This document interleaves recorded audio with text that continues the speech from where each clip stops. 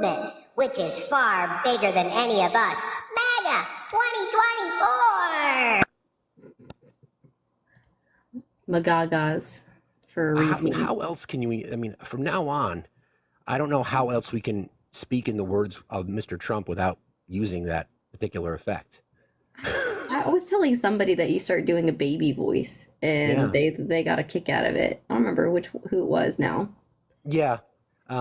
It's Monday. Go find a job. So, friend, I have a job. I own 2 businesses actually, and I work after I get off this. But you're on here too. It's Monday. Go find a job. Eagle Intel, friend. All right. So, a couple of other things that I think it's really important for us to talk about, and I know I've asked Ari to kind of be on the ready because she's got a ton of knowledge in her brain. But we need to talk about the events, first of all, in Coachella. I want to talk about that first, about the bus fiasco. Have you heard about this? Oh yeah, I heard about that last night and watched a couple videos on TikTok of people walking in the dark being like, they just took the buses. We're left here alone. Yeah, so there's some misinformation, some saying that it was the Trump team didn't pay the bus company. I can't confirm that. I don't know if that's the case. But it does look like there was 20 to 30 buses that were committed and only 1 or 2 actually showed up. The bus drivers were running out of gas. There was all kinds of things that were connected to that. So hundreds of people were left stranded in the desert in Coachella. I mean, this is not the first time that these kinds of things have happened at Trump rallies. It's kind of weird, right? That people will, little things like logistics, having to bus people 6 or 7 miles into the desert. If you've never been to the Coachella Valley, it's Joshua Tree. It's that part of the world. It's out there.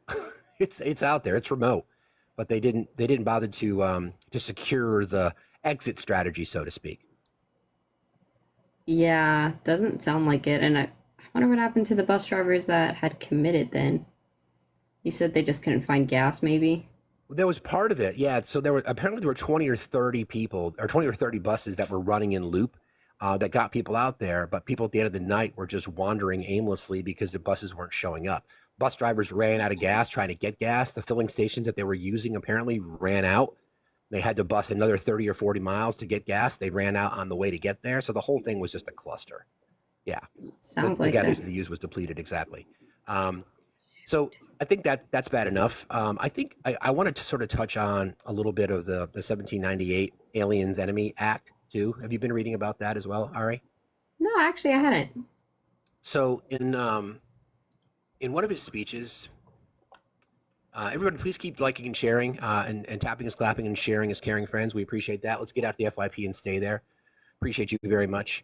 One of the things that the rhetoric in regards to Donald Trump taking people's rights away is this the concept of mass deportation, right? So Yeah. we know the dangerous rhetoric connected with that, and I think it's important that we talk about this on Indigenous Peoples Day, since we are the ones that are actually on stolen land. The issue is not just the danger of the rhetoric, but some of the things that he's using that speak a little bit to our history and what we've done in regards to these things, like the Alien and Seditions Act. It was granted the president unilateral authority to deport non-citizens. First of all, it was drafted in 1798. The Alien Act granted the president unilateral authority to deport non-citizens who were subjects of foreign enemies. The Sedition Act attacked the core of free speech and a free press. The right to criticize the government. The atmosphere of partisan politics was particularly fraught in the 1790s with the rise of partisan press. So basically, it gave the president power to identify enemies of the state or countries that were in conflict with the United States at the time. He was using this rhetoric as part of the Aurora, Colorado speech in regards to immigrants. Oh, lovely. The Venezuelan gangs that don't exist in my home state. Yeah. Correct, exactly. Exactly. Going after residents of Venezuela and Mexico and Guatemala and in the northern tribal countries, and anybody basically who's an immigrant, anybody with brown skin, using that rhetoric to give himself permission to round up individuals in our country, literally round up, and then, shove them back across the border as if their countries are at war with the United States. The worst part about it is his crowd was cheering. And I want to play some really disturbing audio that's connected to this, part of the same rally. So this was in response to the the Aliens Enemies Act, and what would happen if these individuals tried to enter the country again. So this is pretty intense. I think it's necessary for us to play because it just speaks again to who he is and why this person will take away your rights, no matter who you are. Well, unless you're white male in society. Them out will be a bloody story. Should have never been allowed to come into our country. If you come back, you will be executed. You will be killed immediately. Not going to be easy, but we'll do it. Listen. Yeah. So. Oh yeah. We have to. Yeah, I mean, we have to stop normalizing, accepting the fact that this stuff is normalized. We have to stop. MAGA needs to stop using their decoder ring and saying, well, he didn't mean that. So again, the constitutional element of the illegal aliens and the Enemies Act speaks specifically to, so we've used it in our history. It was not only during our genocide of indigenous nations, but Japanese internment camps during World War II. So we were rounding up Japanese Americans and putting them in internment camps because we were at war with Japan. Cover, I guess, for the hatred towards people who weren't American, as they say. But this is just part of the whole Project 2025.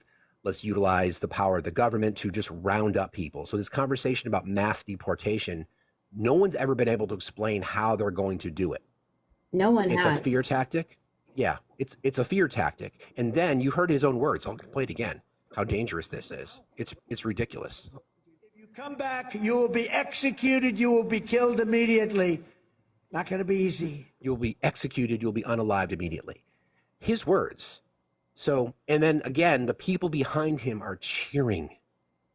That They part is are what cheering.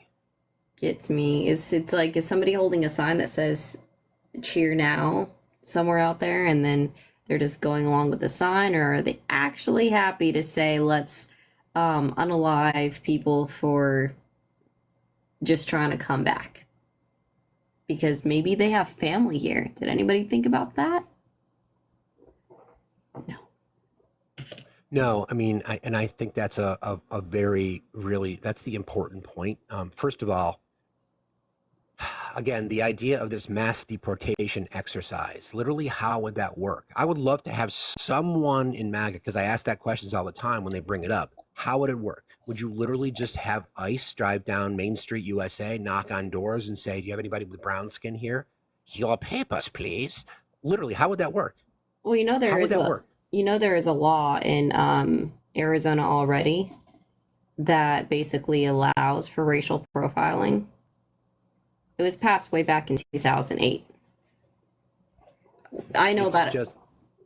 I know about it from when I used to live in Colorado, and obviously that's where I went to high school. So we were right there next to Arizona.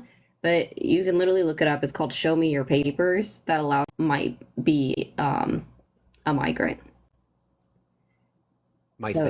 The laws already exist. They can extend it, but I think hasn't he also said that he plans on militarizing the police in order to do it? Yeah. I mean, this is part of it too. This is more part of the. I mean, again, this is part of the assault on rights and using violent rhetoric. So this was part of this whole one day speech that he made recently. Ladies, adding it up. These are smart people. They're not so stupid. But they have to be taught. Now, if you had one really violent day, like a guy like Mike Kelly, put him in charge, Congressman Kelly, put him in charge for one day. Mike, would you say, he's right here, he's a great congressman. Would you say, Mike, that if you were in charge, you would say, oh, please, don't touch them, let them rob your store. All these stores go out of business, right? They don't pay rent, the city doesn't have money. It's a chain of events that's so bad. One rough hour, and I mean real rough, the word will get out and it will end immediately. Yep, let's just give cops free reign to be the douchebags that some of them want to be. Yeah, and definitely then don't believe. immunity, and that was all part of the whole operation. I think it's Operation Aurora that we're talking about this concept of this mass deportation, and then expanding immunity for police officers, which, by the way, is referenced in Project 2025, also in Agenda 47. So it's all related. I think it is so incredibly disturbing that there are people. You can be a Republican and you can have opposing opinions, and we can have conversations about taxation and the whole nine yards. But for you to support somebody like that at this point, with 22 days until the election, and you are still either undecided or a Trump voter, just shows you exactly who you are. So instead of you trying to come up here saying that, you think Trump's economy was better or you like his policy on immigration, just admit it, that you are a fascist and you do not give a shit about the freedom of others. Michael, I think you requested, I think you had some information regarding FEMA, so we can help dispel some more misinformation. I wish that, I had some good news, but it's in the Washington Post this morning. FEMA had to suspend operations in Lake Lure, North Carolina on Saturday because of the threat of armed militias going after government employees. So you want to know how the dog whistle works? That's exactly how the dog whistle works, right there. So FEMA is, we have people that are there that Army reservists that are assigned to FEMA that are away from their family working long hours to help other Americans. And the rumors and the conspiracy theories and the false information are hurting the people that actually need the help in that area. You want to know how this works? This is how it works. Just extrapolate it out to, immigrants and people, that are here, like my wife, who was born in the United States, who is an American citizen by birth. I'm petrified of what the future looks like with this man. We saw what this looked like in 1933. We saw, 1933 Germany is exactly where we're going right now if this man's elected. I don't think it's hyperbolic. To be honest, Michael, like you said, this is how the dog whistle works. There's people that will take his word and the words of other elected officials because they see them as a source of the truth. People not requesting monies from FEMA because of this rhetoric. People who are suffering. And that is one of the reasons, in my opinion, that Mike Johnson doesn't want to call Congress back to session to get more money out prior to Election Day, because he wants Americans to suffer, and he wants to use it as a political tool to blame the current administration and thus Kamala Harris. It's disgusting. It is just, that's who they are. It's a party of hate. Party of hate, fear mongering, scare tactics, demonization. That's it.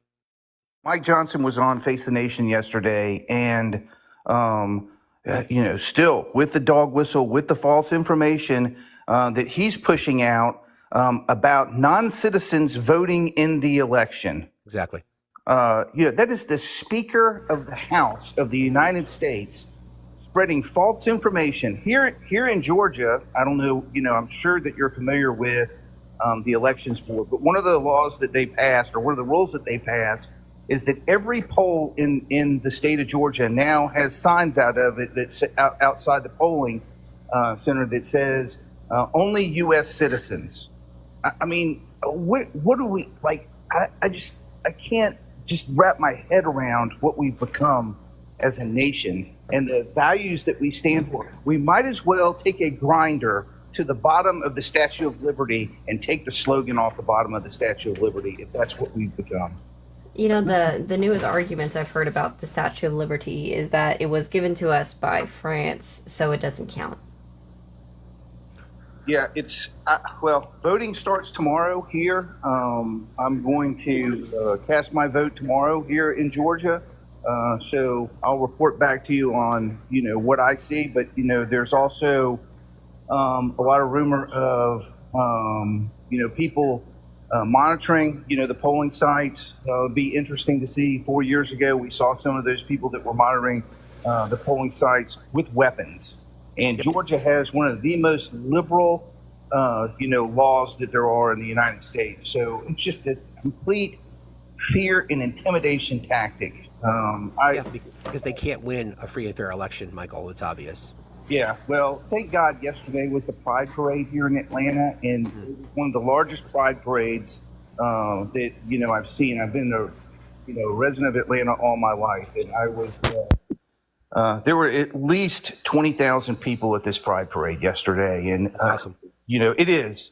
And one of the greatest things about the Pride Parade were on the side of the Pride Parade, there were moms that were giving hugs because so many people, because of the choices they made in life, it's just very sad that their own families have, pushed them away. I wanted to go out there and give everybody a hug, on that parade route. Yeah, please report back, Michael. Appreciate you being here. I know you're doing the work on the street, so thank you, friend, for being here, friend. You have a great day, okay? You too. See you, Michael. All right. Everybody, please keep tapping and sharing. Please, let's try to get out the FYP. We've had a lot of activity in the comments section, so it's really important that we all work together to get out there. VTENG, how are you this morning, friend? Doing well, Fax. How are you today? I'm fine. What's on your mind? I live in Barry Loudermilk's district in Georgia, Okay. and I was looking at my sample ballot last night and was excited when I saw there was a Democrat running against him.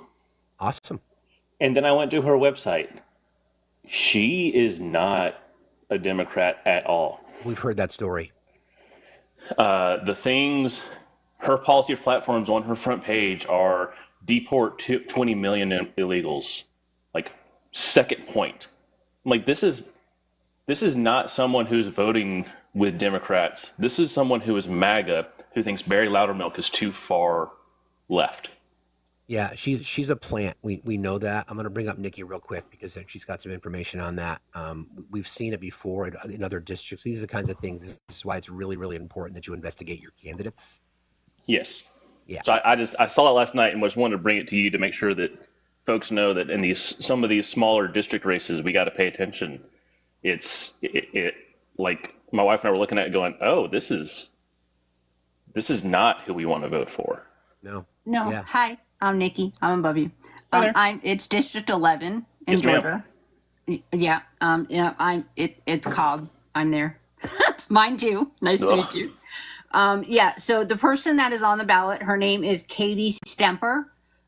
She is running as a Democrat. She is not. She is a MAGA plant, 100%, and it is all over her website. She doesn't try to hide it at all.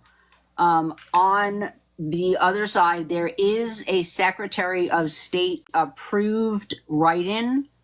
Her name is Tracy Verhoeven, Verhoeven.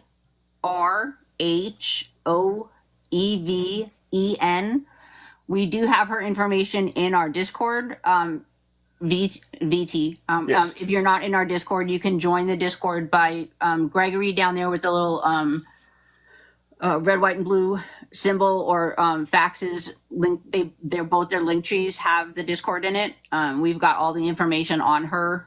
You can also follow her account here. It's the Real Democrat account. But yeah, she is absolutely 1000% not a Democrat. We've been trying to get it out all over the place. So in district, Fantastic. especially in Georgia, you need to look at when you go down ballot, you can't just go blue no matter who, because we also have some judges and stuff like that were up. You have to look at who they were appointed by. Right.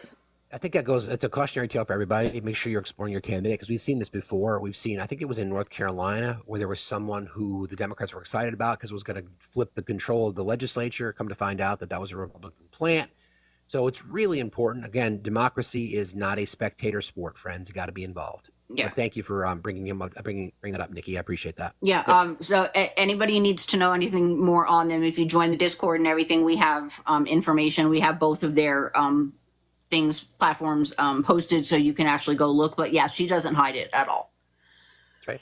So while I'm up here, before I go down, we're only at not even 50,000. Come on, people. There's 490 people in here. Get to tapping, and there's not even 490 shares. So don't make me come up here again. Bye. Thanks, Nikki. Thank you, VT. I appreciate you, friend, for being here as always. Thank you. You got it. Have a good day. All right. We'll bring up Cole. Everybody, you heard the drill. I'm going to have to stick Nikki on you. Tap the screen. Good morning, Cole. How are you today? I'm good. How are you? Sorry, I just woke up. It's okay. What's on your mind today?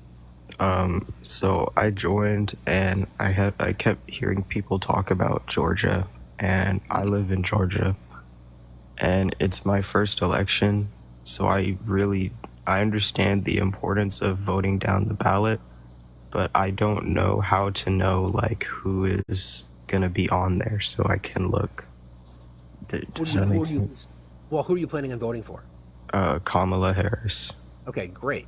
So it's important for every. This is for everyone. It's just important if you truly care about making changes to our system. It really starts at the local level. So like, know who's running for your sheriff, the judges in your county, your secretary of state, your county clerk, your county clerk, your commissioner of elections, all those kinds of things. So it takes some time. You have to be willing to engage.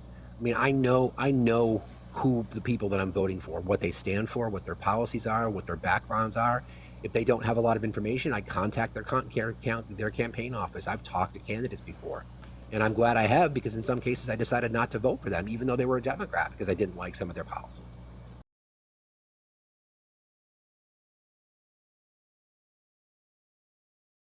For what their campaign office, I've talked to them, even though they were a Democrat, because I didn't like. Thank you so much. You're welcome. Thank you for being here. Of course. Appreciate you.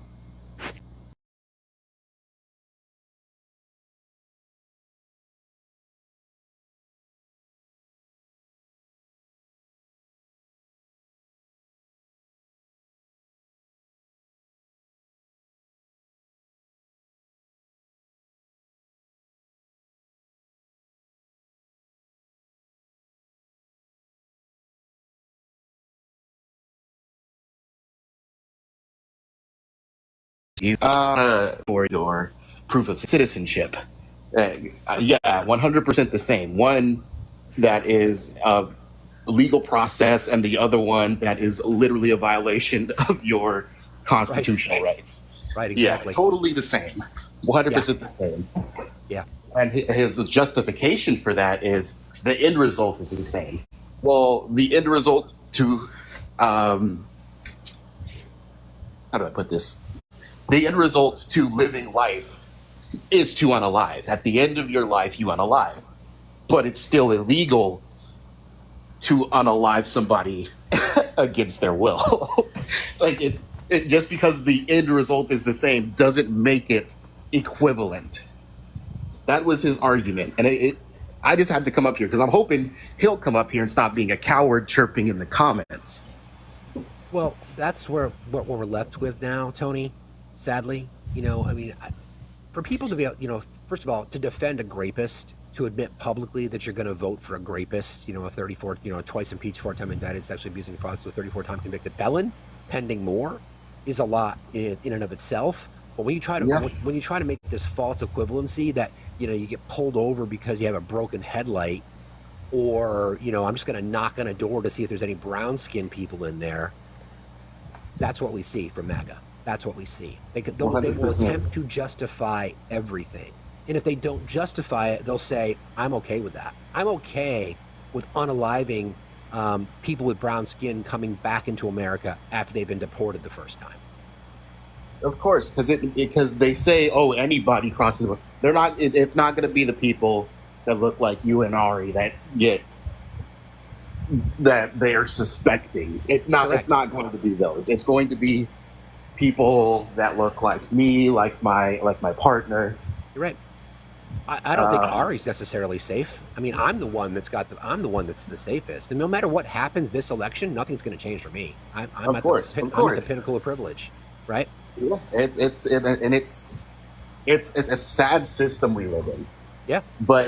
And I get people saying, "Oh, I don't want to vote for either one," but you can't just third party vote your way to change. You have to vote down ballot first. If you want independent parties to be able to have a chance, you have to vote down ballot. You cannot come out every 4 years and say, "Oh, I'm going to vote for Jill Stein," which Jill Stein is absolutely not an option. Russian asset. 100% Russian asset. Russian asset who doesn't know how our government works and just comes out every 4 years to collect donations. Yeah, that's it's a really good point. And I think because I've heard people come up here again she's a Russian asset. But if you want to have a vibrant and a viable third party, an option, then there needs to be some work that's in between the 4 years. To your point, people, if you want to change this system, this is what people on the right who don't pay attention to politics, or just people on the left as well, understand civics. If you want more options in our system, then you have to vote for people down ballot that are willing to take the risk and say, enough of this, two-party system. If we want more options, then we need to change the rules, because the Democratic Party and the Republican Party hold the power in our electoral system. They're not going to give up that power until there's pressure to do so. Exactly. And then it will be a fight. And that's when you start to get more options for candidates. We'd all like to have more options. We'd all like to have more 100%. options, but it's not going to do that unless we're willing to vote for people down ballot who are aligned. And that's got to come from both sides of the aisle. Republicans and Democrats down ballot have to agree that we need more options. Yeah, you don't build a skyscraper without building the foundation. That's just how it works. Correct. And hopefully your name's not Trump if you're building a skyscraper, because that would Of fail course not. miserably. It will be made with cheap materials, and you won't pay the people who built it. So, Correct. You won't pay your contractors. all right, that's all I had, Steve. Thanks, Tony. Appreciate you, brother. Have a good day. No problem. You too. We Ari. had, bye Tony. We had somebody on a live, probably like a week ago that was like, "Oh yeah, I'm a general contractor. I actually did work at the Trump Tower. They told us when we first started, if we don't like your work that you're doing, you're not going to get paid."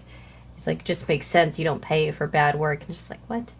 Yeah, well, we've seen that. That's his history. That's why people immediately leaned in on the whole bus fiasco, thinking, was it another bill that wasn't paid? And I think it's important that we just get out ahead of potential misinformation. But Jay Hoderman, how are you this morning?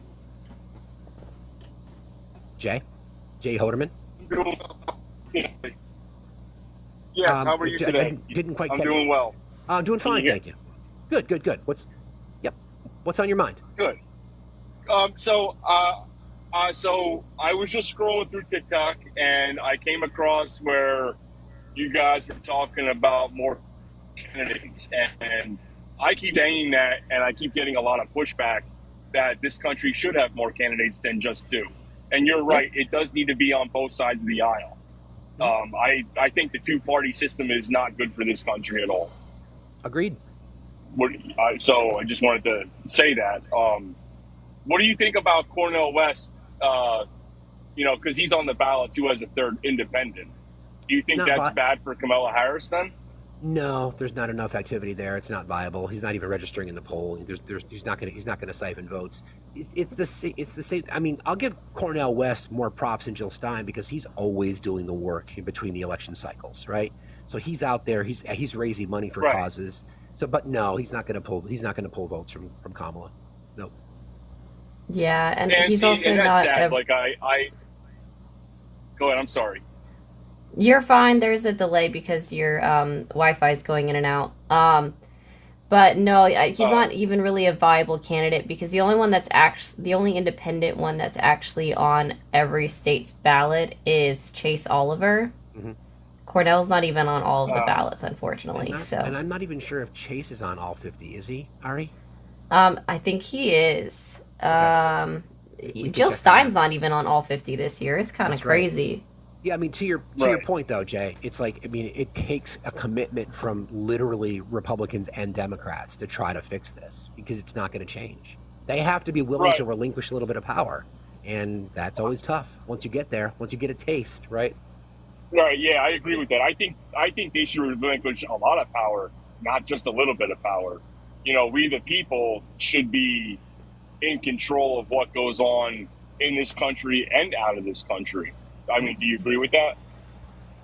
Yeah, I mean, we are. It's a representative democracy. That's the whole point, right? You have to elect the people that you feel are best aligned with what your values are and hold them accountable. That's why I'm an advocate for more progressives in Washington. Primarily, progressives reside within the Democratic Party in our system, but if you want change, you got to vote for change. If you want, if you think there's too much money in politics, then you got to vote for people who are willing to overturn Citizens United.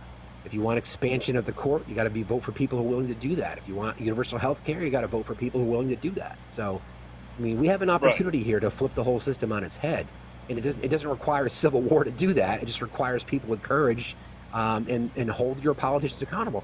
That's one of my fundamental differences with the right. I've seen this for most of my adult life. They don't hold their elected officials accountable. They just don't. Right. Yeah. The left does. I agree with that. Yeah. No, I agree with that. And as far as people saying like, oh, we need a civil war, we need a civil war, I don't think people fully grasp that concept. If we go down that road, what it'll do to this country as far as having a civil war. So I kind of wish people would stop saying that. Yeah, it's just the Call of Duty. Sitting around in my gamer chair. Due respect, Ari. Sitting around in my gamer chair, people thinking that Call of Duty is real life. Right. Yeah. It's just you don't get to respawn back though when it happens. You know. Right. So, but like I said, I just wanted to say that few minutes and have a good day. I just want to have my voice heard a bit. So that's the hard part, right? It's about convincing people that we can change things, and people are exhausted. I get it. We're all tired, but gotta fight. Hard luck. How are you today? Doing well. How about yourself? Doing fine, thank you. What's on your mind? So I'm legitimately curious about what exactly do you think? What rights is he going to take away from us? Well, he's already taken away rights from women. If we can start there. He wants to put people in. He wants to arrest people for burning the American flag, which is a violation of your First Amendment rights. He wants to throw people in jail if they criticize Supreme Court justices and federal judges. That's also a violation of your First Amendment rights. He wants to take away your access to your firearms, violating due process and violating your Second Amendment rights. Mass deportation. Yes, yeah. All these things seem to be more of what you think will happen, or maybe what you're scared of happening. No, it's what he said he will do. Right. He's already got it lined up. He's got he's got a right-wing SCOTUS going on that's voted in his favor heavily, right? Presidential immunity. Even if it's partial immunity, it's still presidential immunity, which is unheard of, right? Like, the deck is stacked in his favor. Yeah, so I think these are the things that, what Democrats and liberals like to, you're just basically scaring, I think, everybody. And so once he's president, I encourage everybody to come back and say, well, these things aren't happening. He's not taking away our rights. And these, why would he say it? These, it's just not happening. So I'm very calm in saying this and very comfortable in saying that I don't believe he will take away anybody's rights. I mean, that's just kind of ridiculous to assume. He's already done it. He bragged about taking away women's rights to their body. He bragged about it. That I think, in and of itself, is ridiculous. Why would any sane person want to take away women's rights? That's just ridiculous. He's not sane. He did it though. Okay, so give me an example. Where did he take away women's rights again? Yeah, let's talk about abortion. So, are you aware that in these states, being left up to the states? Yeah, and I can tell you how that's a fallacy. Okay, so there are 22 states that are restrictive on AB rights. Okay, and in those 22 states, you have the other 20 out of those, right? You have the other 28. The maternal mortality rate has increased 62% compared to the rest of the country in less than half the country, sir. 62% increase. And you want to talk about how our rights being taken away. And have you read the Dobbs decision? Yeah, I will definitely die on this hill, and I stand strong in saying I think you're reaching a little bit there. No, I'm not. So because I can explain how it's not left up to the states and their people. So in the Dobbs decision, on the very first page out of the 213-page document, feel free to read the line that says "held," and what it specifically says is it's returned to the people and their elected representatives. Can you tell me what an elected representative could be? Hard luck. Your question exactly is what? Can you tell me what an elected representative could be? What do you mean could be? What is an elected representative? What is an elected representative? You want to know the definition of an elected representative? I want you to give me an example of an elected representative position. What's that going to do for you? I'm trying to prove a point. Elected Yeah, just answer the representative. question. Just It's prove okay. your point without me answering any of your ridiculous questions. Thank you. You don't need to be insulting. You don't need to So, be an insulting. elected position is the president down. So, in no way was it ever left Thanks up for to the the hot tip. states. Are you normally this much of a dick, or is it just, All the is it just time. a Monday? All the time. So, All right. it's one thing. Sorry, Ari. It's one thing, hard luck, to come up here and try to make excuses. Listen, for I the don't guy want to who- hear your crybaby. You're just going to start getting into this liberal, there are tissues Pipe down. available, my Pipe guy. down, sweetie. Pipe down.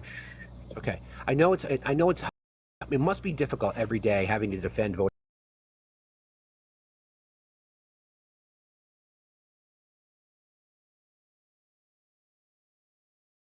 For a Here we rapist go and a again. felon. Now you're going to, quite literally, true. you're crying. I see a tear coming Is he down not- the side of your glasses not a there, grapist? buddy. It's Is he going to not- be is he not a okay. grapist? Everything will be Is fine. he not a grapist, hard luck? In Is he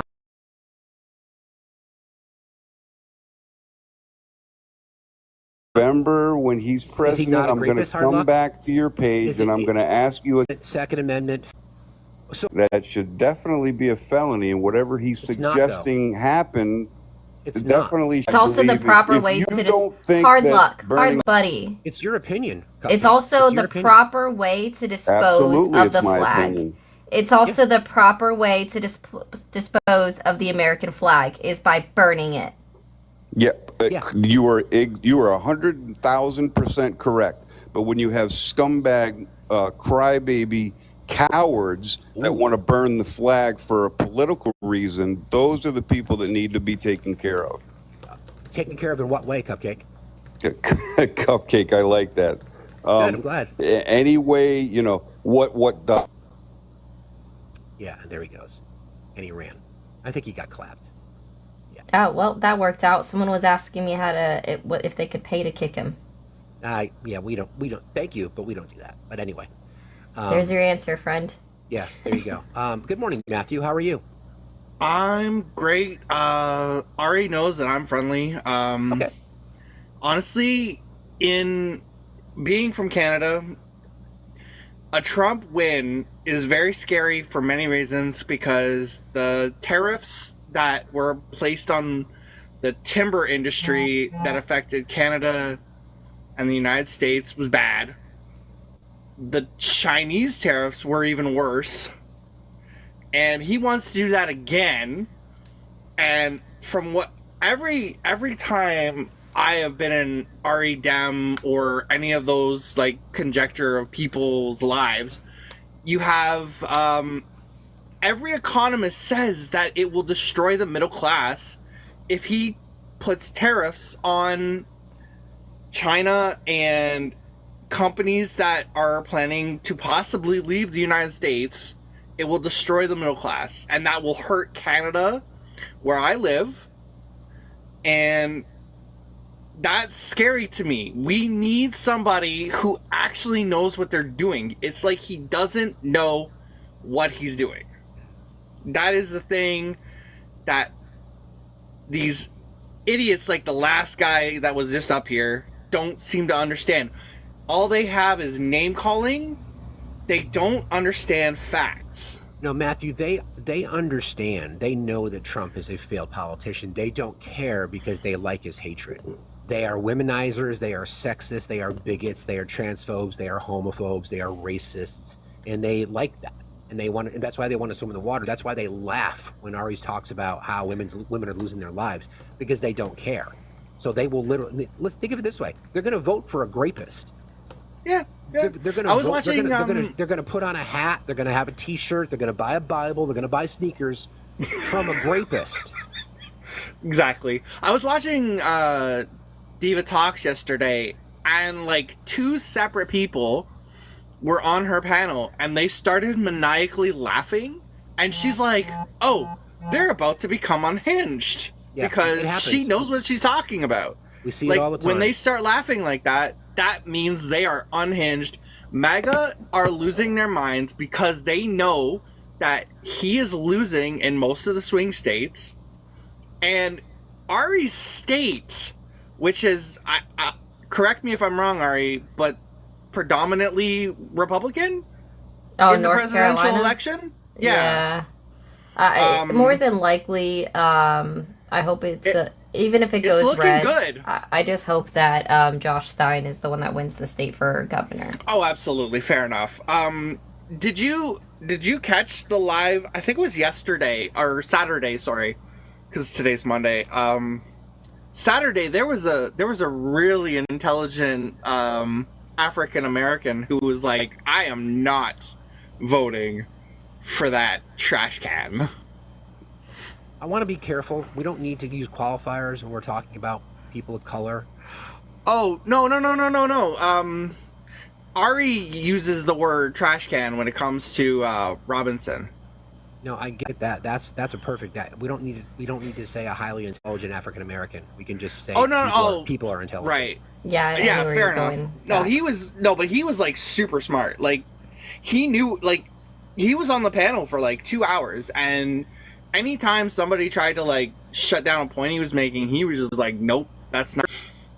And honestly, like the fact that North Carolina could turn blue, Florida could turn blue. Yeah, even we're Texas might turn blue. Not this time, but maybe coming up. I mean, we don't want to get too far out over our skis. I appreciate that. I think the Senate race in Texas is a big one to watch. I think that could flip, but I don't think Ted Cruz is going to win again.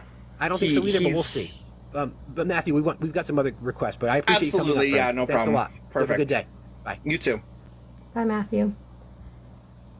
All right. Everybody, please keep tapping and sharing. Let's try to drive out to the FYP and stay there. Got some good traffic now. I think we can hang if everybody helps us. Durden, how are you today? Doing well. How are you? Doing fine, thank you. What's on your mind? You're not going to ask me who I'm vote for, age and affiliation, all that other jazz? You can share that if you want to. Yeah, I'm from Texas. I'm 33, and I'm voting for Trump. Okay. So Trump's going to take away. Well, are you a white man in America? Yeah, I mean, sure. Okay, so then you're safe, but he's going to take away everybody else's rights. How do you feel about that? Well, did he take away rights in 2016? Of any color, should I say? Let me rephrase that. Of any color, of any He wasn't creed? president. He wasn't president in 2016, sir. He was elected president in 2016. So let me clarify. When was he inaugurated? Yeah, when was he inaugurated? And again, let me clarify. 2017. So yeah. Okay, cool. So friend, this is the thing. I wish people who support Trump would stop trying to tell us what you think he meant. He says we should arrest people who burn the American flag. That is a violation of your constitutional right. Well, I mean, yeah, I think burning. I mean, I think that's a little. I mean, I don't think that's policy. So therefore, well, why don't you ask me why I'm voting for him instead of? So I'll get there in a second. So, but Durden, let's clarify. He has the Supreme Court. Okay, it is a conservative-leaning Supreme Court, and the very likelihood if he wins again, Alito and Thomas will resign so he can put two younger Christian nationalist judges in. So therefore, they tend to lean towards Christian nationalism. So you've got to stop saying that it won't happen. The fact that he wants to be hold on, let me finish. The fact that he wants to be the president of the United States, and he's even alluding to the fact of locking people up for burning the flag, thus expressing their constitutional rights. He also says if those judges are criticized, those people who do it should be arrested. He also wants to terminate the Constitution. Let's be real, man. No, you got to stop thinking that he doesn't mean what he says. Right. You just inserted an interpretation of your own. We don't know if Alito or Thomas is going to retire. We do. Yeah, we do. No, we don't. That's yeah. We do. No, we don't. There's a leak there. Okay, so somebody recorded, or maybe it was his own wife, Alito and his wife talking about it. Hey, Durden, do you go around trying to get people's lives taken down? I'm sorry? Do you go around trying to get people's lives taken down? No, that's the reason why you... Yeah, yes you do. Nice try, friend. Good luck with that. Good luck. We won. Alex, how are you today? I'm good. I just say I saw somebody send me your your information, and I just said, let me hear what you're saying. Okay. Who are you planning on voting for? Well, you see my hat. Oh, okay. Just making sure. I didn't want to make an assumption. So you're voting for Trump? Mm-hmm. Okay. So Donald Trump will take away your rights as a woman. Okay. Are you a person of color? Clearly I am. You see my picture. Ma'am, I'm just asking. I don't want to make any assumptions. Oh, yeah, I am. Okay. So we know that Republican-led policies, and we know of the disparaging things that Donald Trump has said about members of your community. We know that Project 2025 is very clear that they want a white Christian nation. Are you a Christian? Mm-hmm. So here's where I'm going to start at. The whole Project 2025. Mm-hmm. If he's denounced it multiple times, and even the people from the Heritage Foundation has came out and stated that Trump has nothing to do with it. That's not true Why at all, do ma'am. you guys? Well, wait. Let me finish.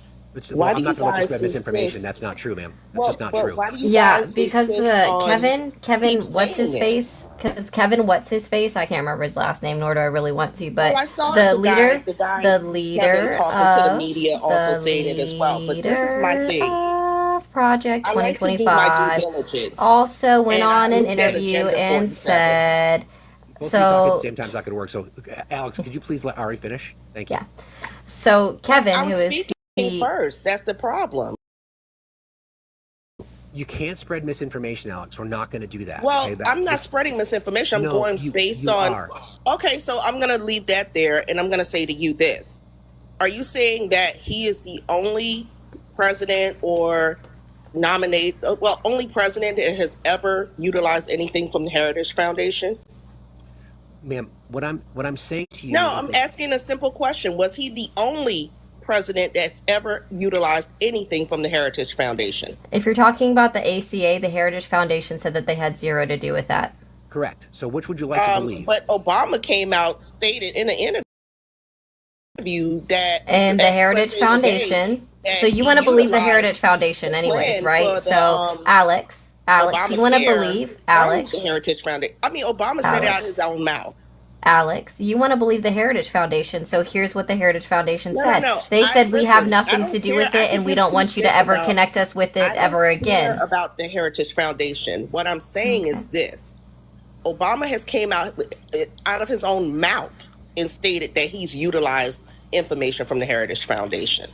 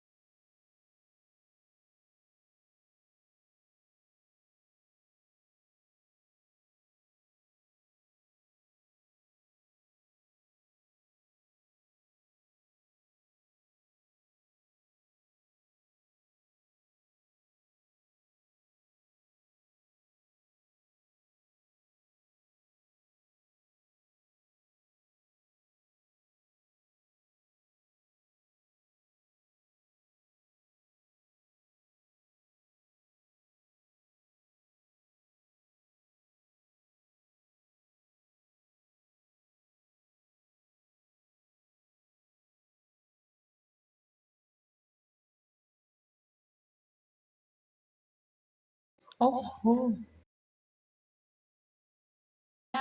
Kakak sudah selesai, Mbak.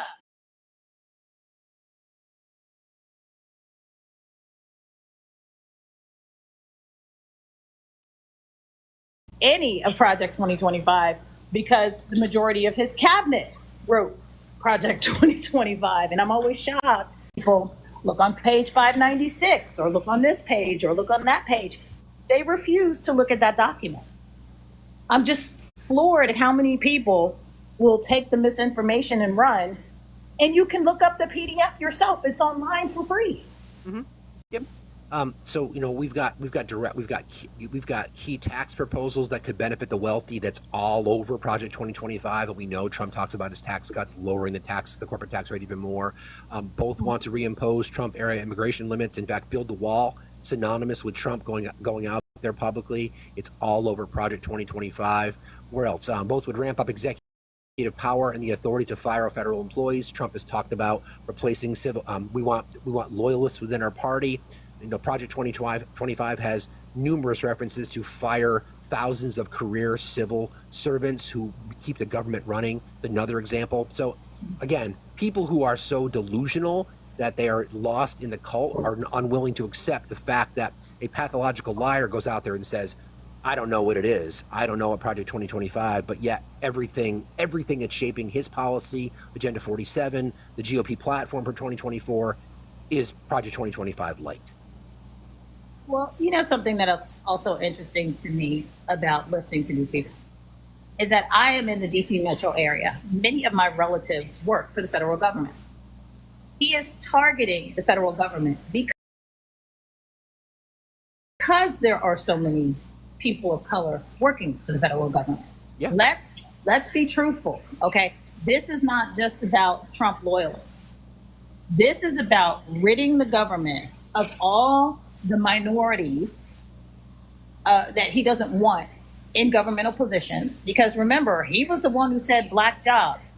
We are not ignorant of what black jobs means. When he said all of the illegal immigrants, and I always find it interesting that people call the people who are coming home, some of these people have been genetically tested to show that they are the Apache, the Comanche, the Zuni tribes are coming back home. Not to mention, Mexico used to extend all the way up to Washington State. Yeah. So when I Paige, hear to your point, Yeah. real quick, I want to focus on this. So both would roll back DEI, both being Trump's policies and Project 2025. Both would roll back DEI and LGBTQ programs. The former president wants to end government diversity programs and using federal funding as leverage, and he would target existing protections for the LGBTQ plus community. On transgender rights, he promises to end boys and girls sports, a practice he insists, without evidence, is rampant.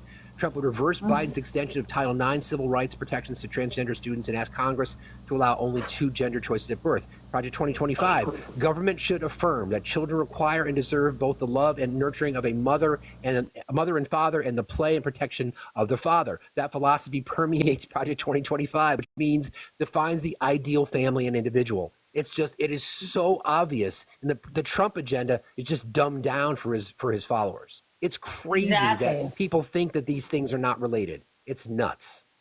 I put out a video before the 2022 election, and I warned, in particular, non-melanated women.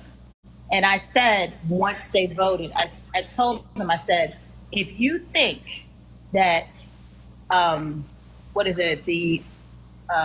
what's the type of divorce? I got it myself. I haven't had coffee this morning. I apologize. No fault divorce? Yes, I got a no fault divorce. I filed. Now, under this law, I was married to a Marine for 20 years, an abusive one. The only thing he didn't do was put his hands on me. And trust me, that wheel of abuse, I can tell you all about it. I can tell you all about male privilege. I can tell you all about financial and economic abuse. He did this until my youngest daughter turned 18. Okay, we got divorced when she was 11. What women don't realize, especially these women for Trump, is, and I told several women, that he is actually unhinged enough to put in the quote unquote biblical principle that if you are great, your rapist can avoid going to jail by marrying you. And these women were like, oh, it can never happen. Yeah, you didn't think Roe versus Wade could get overturned. And now they're going after no fault divorce. And here's an even scarier prospect. And I keep warning women, look, for those of us who filed, my ex-husband is not married. If he puts in a law that they can reinstate our marriages, you're going to see a whole lot of women terrified. Because if you look at what's his name, Crowder, who wants He doesn't want his divorce and his wife filed. He's like, it's not something I. Yeah, it's like it's not about the men. I was in an abusive situation. I should not have been required by law to continue being married to my abuser. This is the part that people don't understand. It's not the men who understand their marriages fell apart. It is the control, power-hungry men who want to keep women locked into these marriages because they want to be able to continue to exploit and abuse their wives. And I don't understand why no one thinks about women. They don't think about our autonomy. They don't think about our feelings. They don't think about our safety. They don't think about the proximity of being next to someone who quite literally could unalive you. By the end of my marriage, my ex-husband was keeping his K-bar, that's a military knife that they give Marines, under the bed.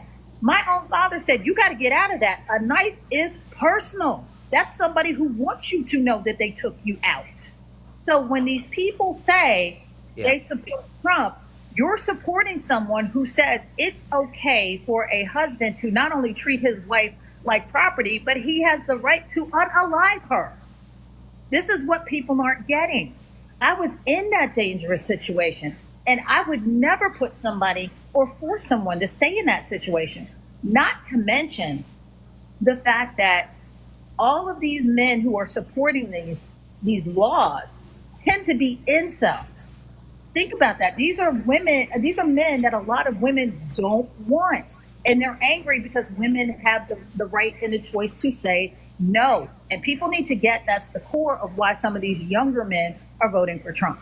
I don't disagree, Cage. We've talked about that before. You're always spot on that, friend. I appreciate that. I appreciate your perspective as always. But again, it's one of those, it's the communities. We've talked about this, and I want to bring up some other guests. It's 4 distinct groups for me. It's members of the BIPOC community, LGBTQIA, women, and veterans. How anybody in those groups could ever vote for Trump is just mind-boggling to me. But thank you for being here, my friend. I appreciate you very much. You're welcome. You guys have a fantastic day. Same to you. You too. Bye. Oh, bye, thank Cage. you, Cookie. All right. Okay. So I want to get back to the conversation before our MAGA was just spewing misinformation. Again, the reality of the circumstance is this: is that people in the cult will only choose to pick and choose what they want to believe. You cannot. If anybody has ever read any elements of Project 25, Republican platform for 2024, and then the agenda 47, if you have second grade reading comprehension, you can understand and see the similarities. And because Trump, the pathological liar, has come out and said that he disowns it, and then at the same time, his policy is littered with things that are all about Project 2025. Hot mic, hidden camera interviews with, I forget his name, Peter somebody or other, one of the founders. Peter Thiel? Peter Vaught, is that his name? I think it's VOGT. I think it's Vaught. He's talking about, oh yeah, Trump knows. He goes out and brags that he's got nothing to do with it, but we know it's all political, so he doesn't have to connect himself to it. So stop. Peter Thiel. It's Peter Thiel. Peter Thiel was the funder. He's the JD Vance guy. I think it's Vaught. He was in VOGT. He was in Trump's administration. There's a hot mic interview, and I'll try to find that. You play it. The audio is hard to hear, but he's talking about Russell Vaught. That's right. Russell. Okay, that's why I wasn't pulling anything up under Peter. Yeah, he's the one there he is. that is that always talks about it from an architect. He served in the Trump administration previously. Talk about him serving again. It's just the nonsense. And again, y'all can stop denying the fact that it's not about that's not what he said. It's not what he meant. It's what he said. He wants to put people in jail for burning the American flag. Now, I wouldn't choose to do it. But it's my choice. It's just my choice. But again, if Ari took her flag down from the side of her house and decided to burn it in her yard, that's protected speech. That's protected speech. Now, if same scenario, if you walked across the street and stole your neighbors and did it, then that's a crime, because it's theft of property. Yep. But burning the American flag is protected. Texas v. Johnson, 1989. You can look it up. Supreme Court of the United States said that is your constitutionally protected right. And remember, the party that wants to suppress speech, led by this fascist, this guy got all up in his feelings because Chrissy Teigen called him a pussy-ass bitch on Twitter, and he lost his shit. and went after Twitter. And I can say that because it's in the congressional record, which is the best part. Because Jasmine Crockett made sure it was entered into the congressional record by saying it on the floor of the House during debate. And yes, he is a pussy ass bitch. So That is there hilarious. you go. Hey, Bacon. Bacon, good morning, friend. Good Good to see you morning. here. How you doing? I'm good, brother. I know we talked a little bit yesterday, and you got something going on. I want to give you a chance to kind of talk about it if you wanted to. Great. On Wednesday, I'm hosting a live. I'm gonna put on my camera real quick. Now, on Wednesday, I'm gonna host a live with disability, standing with disability. The main topic is what are disability hoping for the next 4 years, and we're gonna discuss some other stuff like what policies should the next administration implement for disabilities and the rights for disability, because the past administration, the orange Mussolini right behind you, said to his nephew's son, those people should be unalived. I am a disabled. I take very, very offense by that statement. That's why I am very Don't forget what the older passionate. millennials said, Bacon. Don't forget what the older millennials said too, right? That same conversation in that debate he was in. He talked about literally tossing them off the side of a mountain. Mm-hmm. And if anybody that wants to join on Wednesday, please join.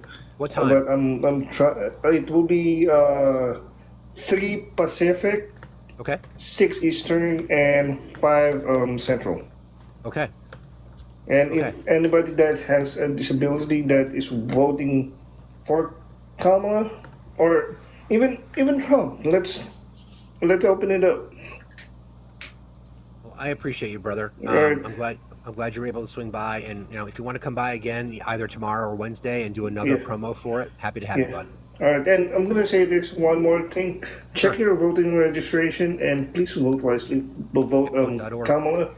And if you're gonna vote for Trump, you know who you are and what you support for. Have a great day, Thank guys. you, brother. Thank you. Love you, bud. See you well. Love you too. Bye, Bacon. Yeah, so that we'll have him back up tomorrow and Wednesday, and when you see him in other lives, already reminded me, come back anytime he wants. We love Bacon. I will. I'll let him know. Yeah, Bacon's awesome. Indeed. Hi, Ebony. How are you today? Good morning. I am doing great. And again, I always come on trying to join the two forces of Democrats and Republicans. So today is not going to be any different.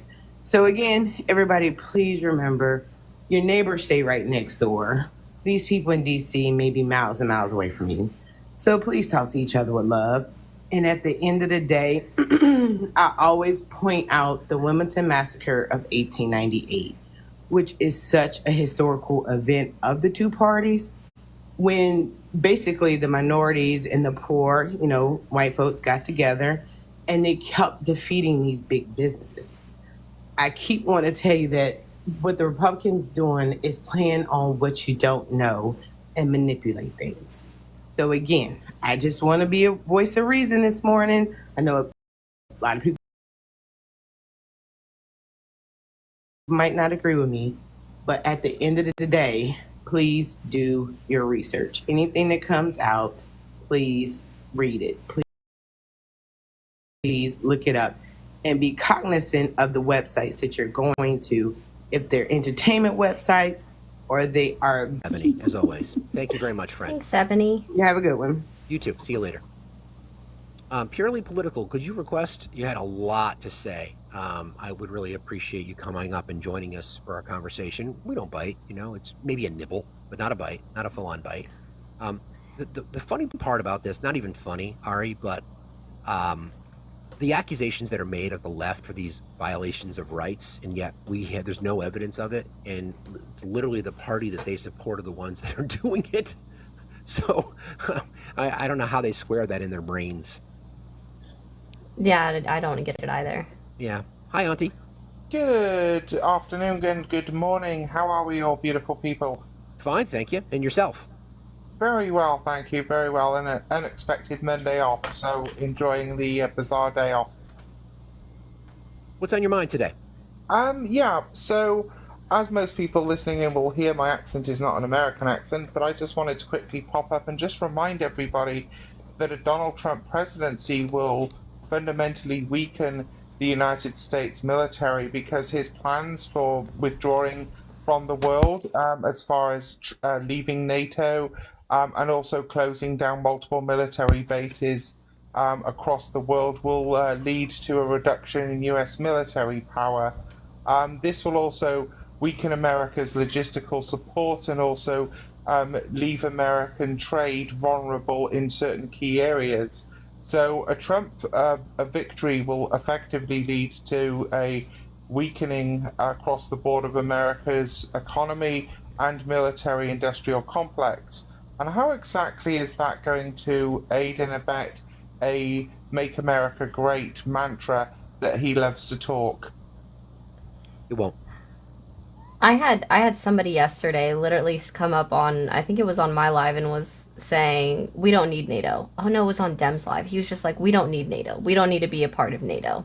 We're a power on in and of itself. It's like, you do realize that we're also the only country that's ever used Article 5 of the NATO Accords, and yeah, we obviously need them. Yeah, because what did we do? My country, I do remember, I don't particularly like Tony Blair for internal political reasons, but Be right back. But Tony Blair's speech on Shoulder to Shoulder comes to mind. We will stand with the people of America and the United States, and shoulder to shoulder in their. My military went to go smoke with your military, along with at least a dozen other countries, including non-NATO countries like Australia and New Zealand. So, why is it that my military and 10,000 go smoke with you at the same time? So why is it that America seems to think it doesn't need NATO? I really don't know why. I think I know it's something that he had talked about before he was even president anyways. But I also think it kind of probably got more ingrained in his head after all the talks that he probably had with Putin and Kim Jong-un.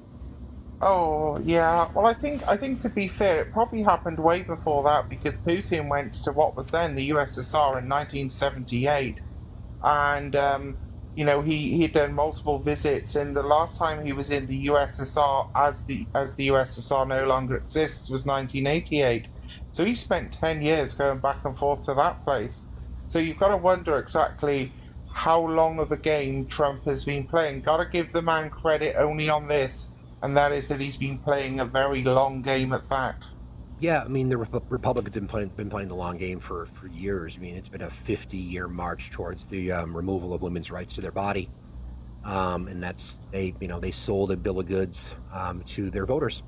But Auntie, thank you for jumping in. We appreciate you very much. Hey, no worries. Have a good one. Thanks for having me. Thank you. Bye. Bye-bye. Excuse me. Everyone, please keep tapping and sharing. Why is Ari only at 212 coins? Let's make a difference, please. Let's get that going. In the link tree that's in my bio, you'll notice a few things over there, including our Discord. Please, please, please join our Discord. We're also streaming on YouTube. Thank you to our fam for that. You can subscribe to our YouTube channel. It's free. Please consider joining our team. Please consider subscribing to the channel. I want to thank Mel and Adam for your Venmo donations. Thank you guys very, very much. You guys are much appreciated. If you'd like to do that, it's a way to support the channel. And again, please subscribe because this is where the action happens. We know you have options, and we appreciate you spending some time with us. Thank you very much. Let's see. Dum da dum dum. Dum da dum dum left. That was a shot for across the bow, and then a left. They left as well. Okay, we'll try this one. Hey man, so I'm assuming you support Kamala? I do. I'm just curious why you support a neoconservative president who's pushing your country towards war. Well, I don't agree with the premise of your question, sir. Let me ask you a question. Who do you vote for? Well, I'm a Canadian, and this concerns me because in 2003, our Liberal Prime Minister Jean Chrétien refused America's demand to join you in the war in Iraq. And what I see in the future now, given her stance on Ukraine and Israel, is that we're going to probably have to do that again. What is her Except stance this on time it's going to be a Democratic. What is her stance on Ukraine and Israel? I mean, Let's do Ukraine right first. now is Let's do presenting. Ukraine first. What is her stance on Ukraine? I mean, Ukraine is presenting a protracted conflict, and we have agreements that we're going to have to support them. Right. Right. So, and how is that pushing us towards war? Because you're the one that started it. We started. Yeah, in Did we invade 2014, the color. This is like common knowledge in Canada. 2014, the color revolution was failed. That's failed CIA coup attempt. Russia responded by invading Ukraine, and that's considered the red line that was crossed. Now, in 2020, it was escalated No. by Putin into an aggression which demanded humanitarian and international attempt. Now, in 2020, humanitarian. We're not going to monologue. We're going to have a conversation. Okay. So, Well, it depends when the war started, but Russia escalated it in 2020 and launched the offensive. Okay. So, is Ukraine a sovereign nation? Yes. Okay. So, Ari, this is your sweet spot. I know this is a topic that's near and dear to you. So feel Yeah. free. I work for the DND, just so you know, the Department of National Defense, just so you know Okay. my credentials. Good for you. Don't care. Okay. Yeah. Good Have for no way, you. have no way to prove it, unless you want to show us your ID. Canada's a part of NATO. Yes, Canada. So is the United States. Yep. Okay. Great. Do you know when 91 actually? Okay. So right when the USSR dissolved is when Ukraine started a partnership with NATO. They signed 2 treaties, one in 1991, one in 1994, and then they also signed, of course, the Budapest Memorandum in 1994 with the United. Budapest Memorandum. It's just a pronunciation, sir. You don't need Budapest. Okay. Yeah. Budapest Memorandum in 1994 with the United States, United Kingdom, and Northern Ireland, Russia, and Ukraine. And of course, you know the 2 main points of that was Ukraine is going to give up their non-proliferation and security guarantees. I understand. You don't need to interrupt. She's talking. Thank you. So they give up their nukes to be dismantled by Russia, in theory, and then Russia is acknowledging their sovereignty as a nation. Yeah, the nuclear non-proliferation and the security guarantees that follow. Yeah. All right, and you really only think that this goes... Well, actually, here, what's another country that was a part of the USSR? Kazakhstan, I'm looking for a different country. Turkmenistan. Mm-mm. Well, how many countries do you want me to name? Like, what is this, trivia? Latvia. I was actually Estonia. looking for Poland. Oh, okay. Well, there's a lot of different countries that were part of it, right? Right, so, but Poland is also a NATO country, and so is Latvia now. Okay. Russian troops in Latvia.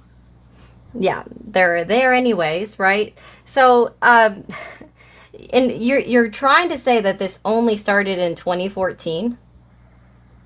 I mean, that's considered the red line, but feel free to talk about the history about it. Like, that's fine. To you, I mean, you're the one that made the Well, claim. that no, that's what it was when a sovereign nation was interfering in another sovereign nation's elections to try and install a pro-West candidate. You're not going to, like, do you know the history there? I do. I guess the question. If I, as a You Canadian, asked me a question, friend. I'm going to answer it. Okay. So it's the premise that you made that Kamala Harris will lead us to a war with a sovereign nation that was lead us into a conflict after a sovereign nation was invaded by a thug. Well, so no. are you pro Putin? No, what I'm saying, what I said here, just to reframe it, because you just put words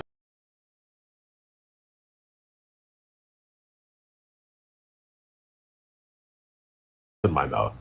I said it's odd that the Democratic candidate is the neocon candidate, and that Democrats who traditionally support leftist ideals such as peacekeeping, the neocon establishment throwing their support behind Kamala, and then you masquerading it as a progressive candidate. That's a problem. I never said she's a progressive candidate. She's far from it. So then why would anyone vote for her who's a Democrat? Because we, as Democrats in the United States, want progress, and the only way to get progress in our country is to vote for Democrats. Because the Republican Party is fascist. So this is like some 1984 Wars peace stuff, that we need to vote for the neocon to not have the neocon. Who would you vote for if you were living in the United States? Who would you vote for? I wouldn't vote for either of them, and I wouldn't be endorsing one like you are. Well, that's your opinion, sir. Well, that's the thing. Like, this is all 1984ish right now. Because what I'm seeing out of your media is like, well, we need to go to war to have peace. War is peace. We were always at war. That is not true at all. Well, that is not true at all, friend. That is not absolutely not true. So you don't think that America is enabling warfare in multiple different conflict zones in the world right now? I do not like American becoming part of every single conflict for the sake of expansion, but I believe in defending our allies. I believe that it was an unlawful invasion by a war thug, Vladimir Putin, and I find it interesting that you lean in some of the same Russian propaganda that we hear all the time. Ukraine is a sovereign. I'm not done. Oh, Ukraine okay, is a sovereign. Ukraine is a sovereign nation that was invaded by Russia under the guise of this. Excuse me. I'm not talking about Iraq. I'm talking about Ukraine. Well, you invaded a country illegally too. Right? I'm not talking about Iraq. I'm talking about Ukraine. But we can have the Iraq conversation all day long. A sovereign nation invaded by Russia. Period. Do they not deserve our defense and the defense of the world? They deserve defense, right? Okay. I don't think that what is happening right now is going to be good for the Ukrainian people, considering how many people have died. That's your opinion. Yeah, countries lose wars. What would happen if we stopped supporting them? They would lose the war, and the war would stop, and there'd be there would be less. No, death. The war would not stop. That's where you're wrong. So you're talking about sovereign nations, right? I thought you were an expert in this area. Yeah, I am. You know Yugoslavia? Do you know the defense? You're an expert on this nation. So what would happen? I'm an expert in war. Yeah, I have a master's in public policy. Cool. So you think Putin would just stop at the Polish border? Yeah. You do. That's your opinion. I mean, I don't think that he wants to fight a war with a united Western Europe that has a billion. Why did he invade Ukraine? He's been caught on camera saying that Poland would be next. So you believe Putin? So you believe Putin? I mean, I believe in realpolitik. You believe Putin? So you believe Putin? I believe in realpolitik. That doesn't mean I believe Putin. So when Putin says, do you know what realpolitik is? I do. The question I'm asking you, sir. So then, what's the issue there? Why are you trying to make me look like a Putin supporter? Because again, I'm asking you a simple question. Well, Vladimir. What is this, the Gestapo? We ask the questions here. Like, what are you trying to interrogate me? It's my life, Bob. It's my life. Well, so you just have people up here, you interrogate them for what reason? To be I'm a not political interrogating officer? you. It's question. I'm asking you questions that you seem like you okay, don't I have want a to question. answer. Do you know the legal justification Putin I'm asking gave? you a question, sir. I want to ask you a question. Can I ask you a question? Do you know the legal justification? We ask the questions. We ask the questions. Answer my question first. Okay, Nazi, you ask the questions here. What's going on? Okay, 99 cupcake. You can go All back, right, see ya. climb back across the border. Holy shit. For anyone thinks that this just started in 2014, they're silly. This goes all the way back to 1954 when the USSR still exists and they gave Crimea, the Soviet leader gave Crimea to Ukraine. The tensions have been high since 1954, even before the Soviet Union dissolved. I mean, every time, see, this is the fear that people are even unaware of. That they genuinely feel like they have some knowledge when it comes to the particular area. And you might, he used big words and tried to, share his cred. But when you are constantly repeating Russian propaganda and think that you're not, notice when pressed, do you believe Putin? Would not answer the question. So the reality of the circumstance is people being blinded by Russian propaganda in support of what? To accuse I mean, listen, I'm not a fan of U.S. foreign policy when it comes to the things we've done in the past, no doubt about it. But I am in support of this one, in support of Ukraine, no doubt about that. No doubt about that. I need to go find my YouTube history because there was a video that I had ended up playing on a live yesterday that was Putin talking about Poland being the next step. It's like he's said it. If y'all don't want to believe it on paper, then watch him say it from his mouth. I don't know what else to say. Poop smells good. You can request and come up and tell me how he was right, and I know it. I'm stunned. I don't think you'll come up though. I don't think you'll take the bait. MAGA. You probably have MAGA Wi-Fi. You guys are awfully angry today. Awfully angry. So poop smells good. I just sent you an invite. I'd like to see if you are a person of your word, because you have some strong opinions in the box. again, it's the reality of the circumstance that we're here is that everybody will look for an opportunity to defend Vladimir Putin, and it's amazing to me how the Putin apologists that live well, it's the same people who are a grape apologists, so I shouldn't be surprised. Whatever. It's wild. Yeah, exactly. Officer Real Talk, how are you today? What's up? I'm well. I was trying to get a census in the comments. What exactly is the argument here between Russia and Ukraine?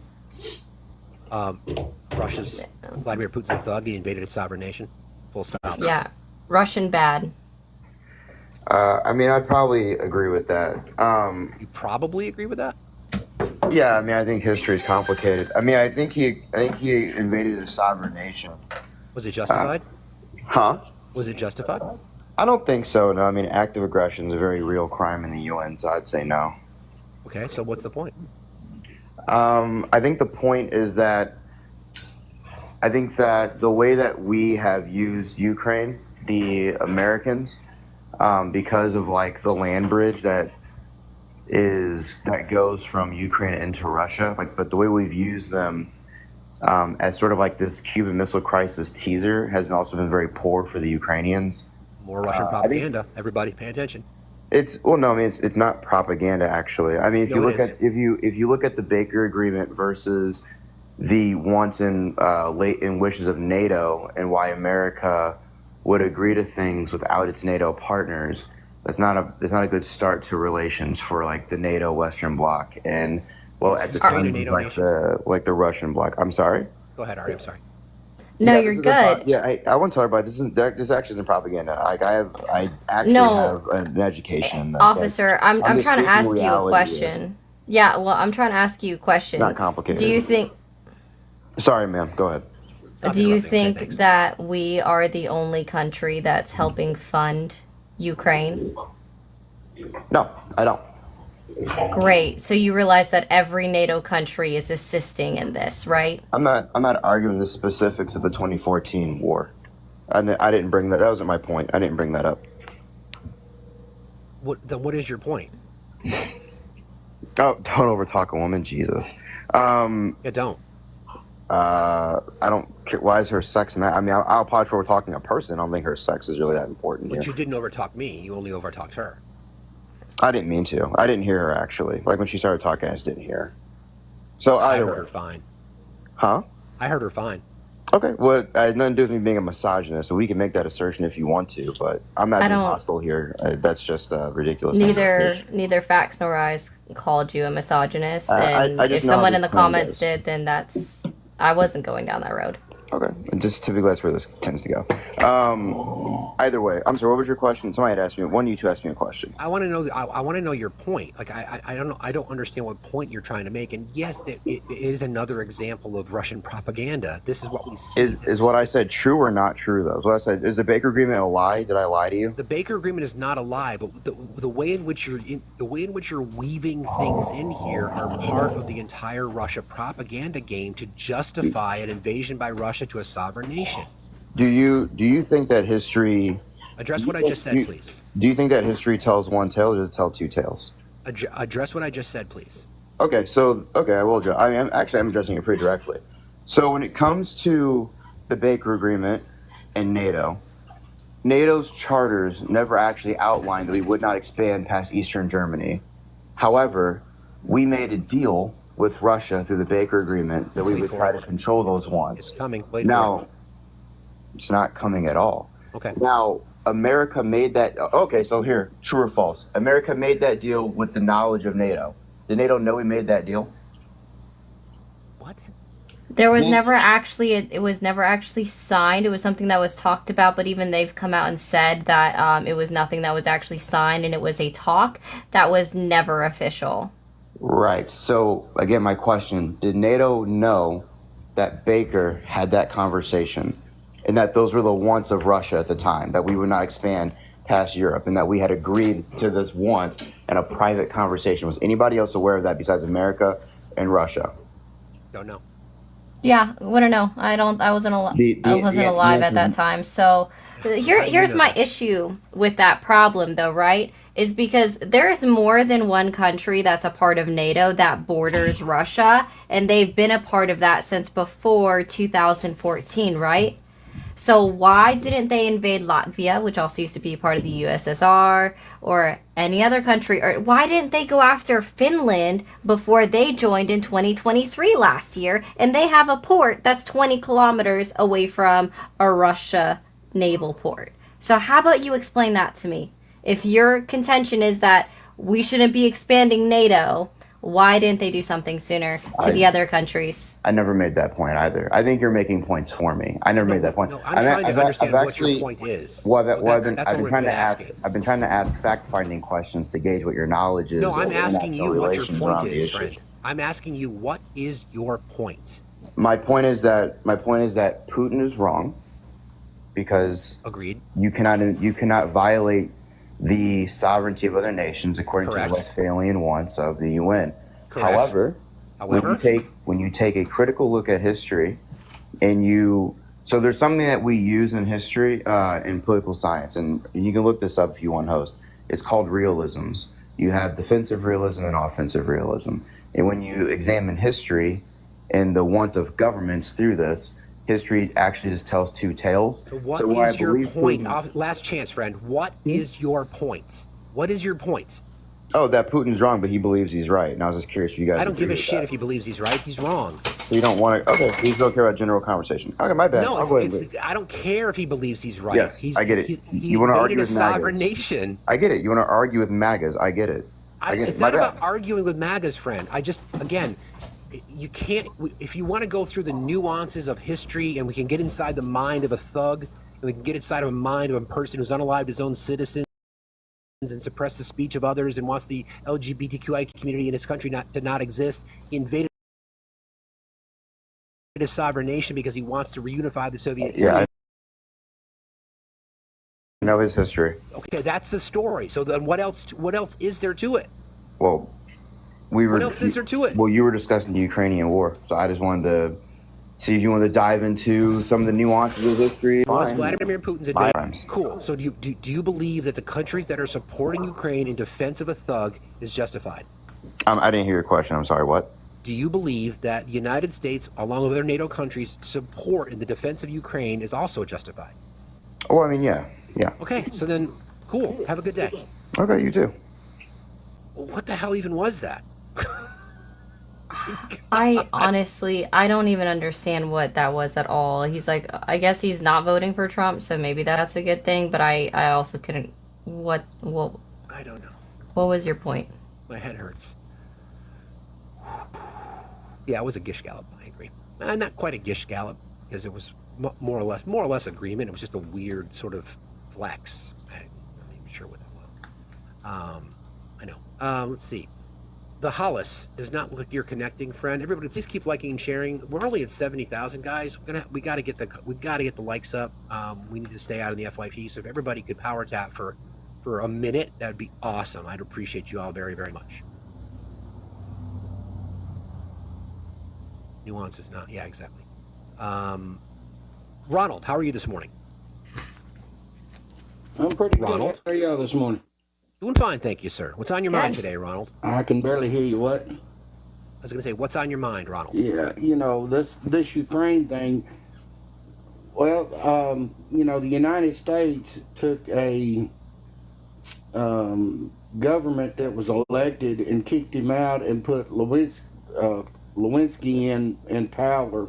Lewinsky. The reason Russia so Ronald, Ukraine, can I correct you? It's actually he was kicked out by his own citizens. He was ran out of the country by his own citizens because he was caught colluding. He was caught colluding with Russia.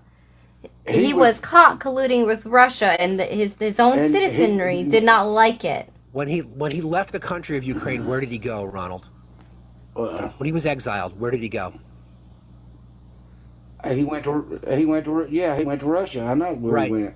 He went to Russia. The reason Putin does not want NATO over there is because their border, the how much border they That's your have propaganda, with them. friends. It's back again. So You do so realize if Ronald was no, Vladimir this Ronald. is not propaganda. Yes, it is. You do realize it's propaganda. Yeah. No, it's not. Yes, you it do is. realize if Ukraine gets into NATO, that we have to arm Ukraine. Hey, hey, Ronald, would you with say that we the are same thing that everybody Ronald? else in NATO uses? Ronald, I would love for you to answer this question real quick. Would you Yes. say that Ukraine is a partner of NATO? Right now? Yeah. Is Ukraine a partner with NATO? You talking about right now? Yeah, it actually goes back further. Is Ukraine a partner of NATO? No. Oh, great. Let me show you this. This is directly from No. NATO's website. Cool. I'll give you the big screen, Jess. Harry. All right. So, this is NATO's website with their cookie pop-up, but NATO, North Atlantic Treaty, NATO's partnerships. Now let me scroll down. Oh gosh. Partnership for Peace program that started in 1994. Oh, who's that? Did you know Ukraine? Ronald? Okay. Yeah, that's These are- Ukraine. But all right, explain. Okay. 1994. Explain to me this. If in 19. Okay. Yeah, that's These are- Ukraine. But These are all the countries that we have a partnership with. Well, all right. If in 1994, if they were part of NATO, how come they do not have the same arm? Because no. Ronald. Okay, go ahead. Yeah, so they're a Go ahead. partner and they're not an alliance. There's a difference between an alliance and a partner, right? So, you have Latvia, which joined in 2004. Why didn't Russia invade Latvia? Estonia, 2004. Why didn't he go after Estonia? Because their land span isn't long enough. Isn't long enough. You Lithuania. do realize if Ukraine let me talk, please. There's Ronald, just so you know, there's a lag. Ronald, there's a Ukraine, lag. Hey, friend, hold on 1 second. Just pause for 10 seconds, okay? There's a lag because you've got the red bars, which means your service isn't great at the moment. That's why it's hard to have a conversation. So that's why there's a bit of a lag, okay? So just pause. We're not trying to talk over you. It's just hard to have a conversation with such a lag, okay? Okay. If Ukraine joins NATO, and when we arm NATO with everything that's the same, because if you ever go to war, you have to have the same stuff. You do realize that makes Russia, we can bomb Russia with nuclear weapons within 3 minutes. 3 minutes. You do realize that we're already lining up. The main reason why Putin. So you're justifying Vladimir Putin's invasion of Ukraine, Russian propaganda. I'm not justifying anything. You are. I'm just saying if Ukraine would not join NATO, I don't think Putin would have ever invaded them. Ukraine That's a is false not flag. in NATO. Yeah. So, and they've been, again, Ronald, I'm gonna point this out to you. Ukraine has been in a partnership with NATO. They've been in talks since 1991 when they signed the North Atlantic Council Agreement, and then in 1994 when they signed the Partnership for Peace Agreement with NATO. They've been with NATO as a partner for 33 years. And if you want to talk about how Ukraine just happens to have a bigger border on Russia, why did Russia allow Finland to join NATO last year in 2023? And they literally have a port 20 kilometers from a freaking naval base for Russia. Would you like me to show you a world map? Because it's right across from there. No, and I all don't need a Russia would world have map. to do I was know shoot their own exactly boom what you're booms. talking about. Yeah, well, your argument is literally pro-Russia propaganda, Yeah, well, just like Fax has already said. I don't know why you're simping for a No, dictator. I'm not So pro-Russia nothing. it sounds like you are. Ronald. And I'm going to tell you why. I'm going to tell you why, Ronald. Because every single time we talk about something, you're attempting. You may not even realize it, friend. This is the power of propaganda. You are justifying Putin's actions for invading because here comes the propaganda, because NATO's expanding and they're going to have a threat at the border. That is Russian propaganda. That's what he's been telling his citizens. Starts in Russia, goes to China, gets filtered through all their bots and all their network, and it ends up here. And it goes on to these people like what's his name, who just got hundreds of thousands of dollars from Russian TV, paid influencers, conservative media on the right. That's allowed. Uncle Ruckus? Yeah, I mean, I can't think of the guy's name. Tim Pool. Tim Pool receiving hundreds of thousands of dollars from Russian bots farms to help propagate this information. This is Russian propaganda, Ron. Russian propaganda. There's no justification for what Vladimir Putin did. None. He invaded a sovereign nation, unaliving Ukrainian citizens. NATO and other countries in defense of Ukraine, for a variety of reasons, not just the Budapest Memorandum, but because it's the right thing to do, are holding back Russian aggression. We've seen the weakness of the Russian army. We've seen how their command and control structure Answer sucks. me this: if we're in partnership, with Ukraine, how come? Well, we do have military soldiers in Ukraine. No, we don't. No, we don't. How come we don't have? No, we don't. Ronald, we don't. Yes, we do. People volunteer. We have in Special Poland. forces over there. You might No, not we think do not. we don't. People volunteering. But I'm telling you, Ronald. we do. No, I know. No, you yeah, don't. we do. No, you don't. No. No. We've got active military people. No, we don't. Special forces in Ukraine. Again, and Ronald, if you don't think so, Russian you're propaganda. both blind. Ronald, this is more Russian propaganda, friend. Again, we do not no. Fact. No. No. Again, fact. No, it's not. No. The closest we it's are. Fact. The It's not closest fact. we Yes, are. it is. It's Then prove it. fact. Hang on one second, Ari. Then prove it, Ronald. Cite your source. Prove it.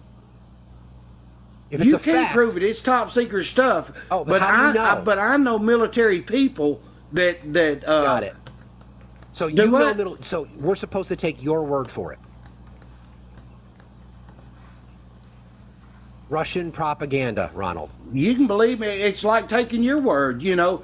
All y'all spew is bullshit to me. So really, you're Ronald, thinking I'm you're the one that's spewing voting bullshit. for Donald Trump, friend. And I think you're spewing bullshit. Well, again, for you to let's think about this. You for a second. damn right I am, because Kamala Harris ain't worth a shit. Here it comes. She's a whore. Oh, there it goes, and you just lost that. You just lost that argument. There it goes. Disgusting. I was waiting. We were getting there. We were climbing up the hill of misogyny. Oh Yeah, it came on quick. Like, I don't. So, I hate that argument. Just so you know, Ronald knows somebody. He knows a guy who knows a guy. He heard it from a friend who heard it from a friend who heard it from another who was messing around. Gen Xers will get that reference. They, like, if you know, then everybody should know, but you also shouldn't know because none of us should know. Wow. Seriously. If you know, you know, you know. This is the danger of Russian propaganda. We're seeing it more and more. Hi, Jen. How are you today? Jen, are you there? Hi, Jen. Didn't mean Jen? to come up. Okay. Didn't mean to Tapping come too up. hard? Sorry. It's okay. Gotcha. Speaking of tapping, hey, Will, there's 1,000 people in here, and Facts likes are only at 137K. If everybody fills up the bar once that sends 90 likes, we should be up to 300K in no time. Above that. I will.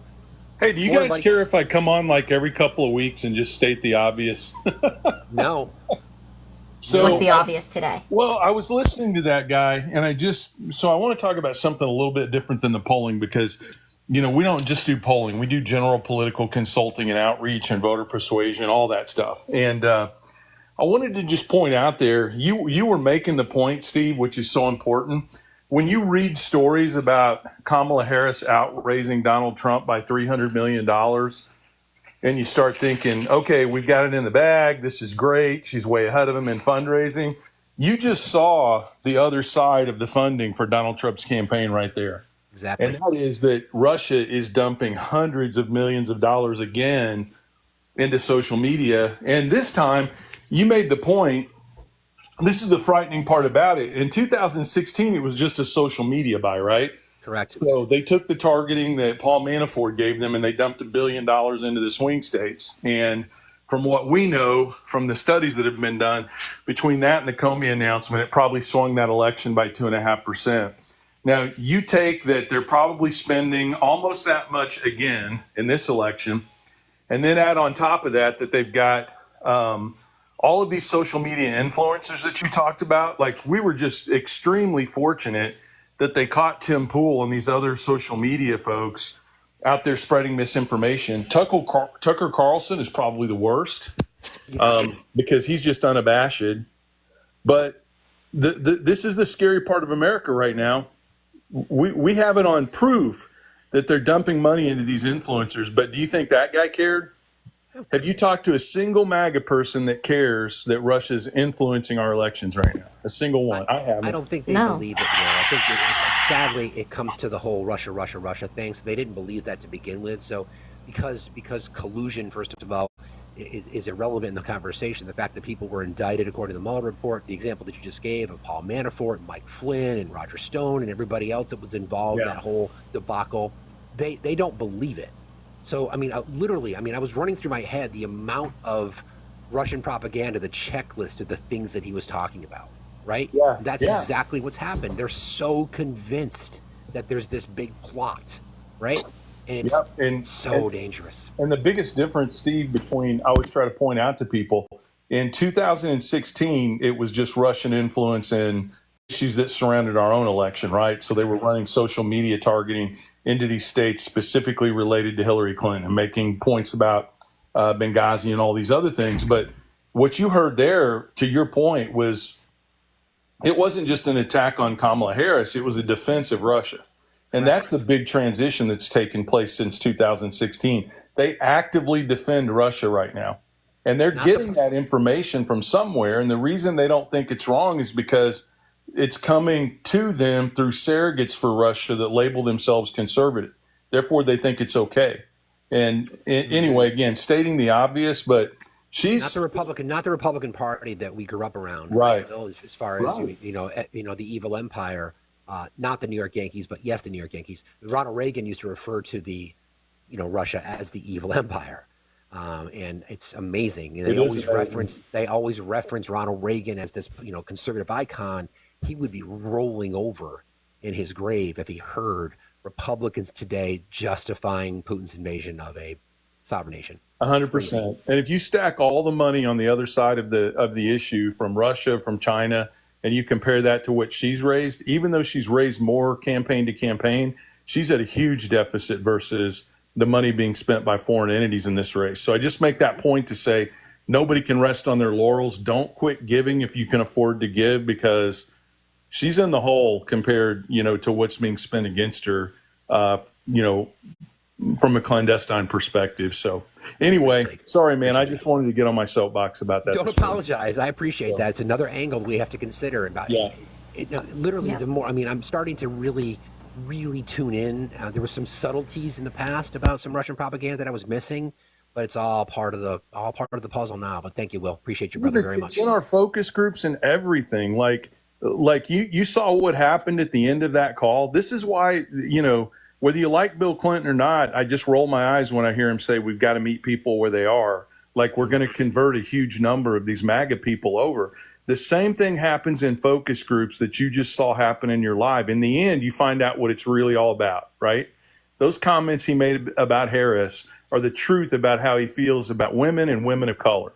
And it just came out in the end because he got angry that you were defeating him from the perspective of debate. So he just let the truth come out. And that happens in focus groups all the time.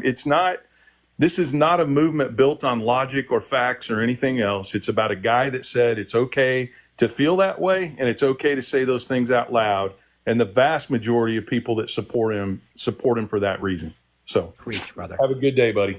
You too, buddy. See you later. Bye, Will. That's awesome. He's exactly right, and that's the rate. It builds and builds and builds and builds. You can't justify voting for Trump. It's just literally try to come up with everything else. So you don't have to lead in right away by saying the disparaging things that he said about Kamala Harris as the conversation went on. So freaking crazy. That is just unreal. Anyway, I think everybody, please keep tapping. We appreciate you guys. Hit 210,000 likes just like that. So thank you, Ari. Please gift Ari. Why is she only at 828? That's nuts. What's going on? Please join our Discord. Links in the bio. Check out the merch store. Cool shit in there. Subscribe to the channel, and you'll automatically be entered into the subscribers section of our Discord. You'll get a 10% off coupon for any items in the merch store. There's some cool stuff. Check it out. Bella, does not look like you're connecting, friend. So one thing I think I missed is Kazakhstan is a part of the Partnership for Peace too, but Russia's never tried to invade them, and they've got a much bigger hold on Russia's border. Funny. Maybe that's not on the propaganda playlist. Chiki, how are you today? I am good. It was actually a misstep, but I'm in the military and I wanted to calm down the minds of, all these paranoid Ukrainians. I did force management and we don't have any forces over there. So that's all I wanted to say. Thanks for the live. Thank you very much for coming in. I Thank appreciate you. Have a good day. I think there are volunteers, and that's sure. That's everybody. I mean, I'm sure there's contractors there, but they're not affiliated with the U.S. government. So Yeah, it's the right to do that, right? And the closest we are to being in Ukraine is having troops stationed in Poland. That's right. Well. What's up, Super Dad? How we all doing this morning? Good. How are you? Not too bad. Just listening to see what the left's been talking about, and never cease to amaze me. Yeah, I know. Same thing about the right. Still believing a lie and still wanting to vote for a rapist. Kind of weird, huh? Oh, yeah. Yeah. Wish I could be the arbiter of truth like you guys, but that's okay. Have at her. You're still voting for Trump, though. Absolutely. Facts. You know this. Yeah, I mean, again, you want to vote for a rapist. Wow. Speaking on that, have you guys heard the news on Tim Walz the last few days? Yeah, you want to know the story? I do know the story, but let's hear your version. Do you? So tell me the story, because I'm prepared for this. So tell me the story. Tell me what the story that you think it is about the emails and the pictures. Facts. You just said you know the story, so I'm open to hearing what you got to have to say. No, you brought it up, friend. You brought it up, so go for it. Copy that. So what is going on with Mr. Waltz and the accusers? I thought we're supposed to believe the SA accusers, right? I'm listening. I listened to you, John Carroll. Okay. So again, tell me what you think you know. So what I think I know or what I've heard? Tell me what you've heard and what you think you know. So far, they're allegations, Facts, and you know that. Right. So again, what are the allegations and what I guess the hard part I'm having is why the news agencies haven't reported that. Because it's pretty easy to tell why. So Superdad, let's get to the specifics. You are citing it. Why don't you tell people what it is that you think you know? This is funny. What is it that you know, Facts? Go ahead.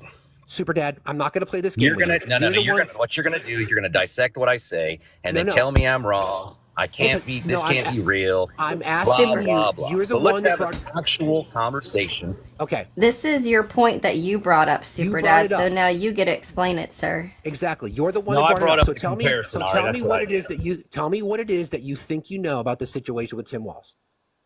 So you guys don't want to report this. I understand. It's your own. We can't believe it. But basically, Tim Waltz in 1994 took a gentleman to an, what was it called? The Indigo Girls concert. Have you guys gotten that far yet or no? Yep.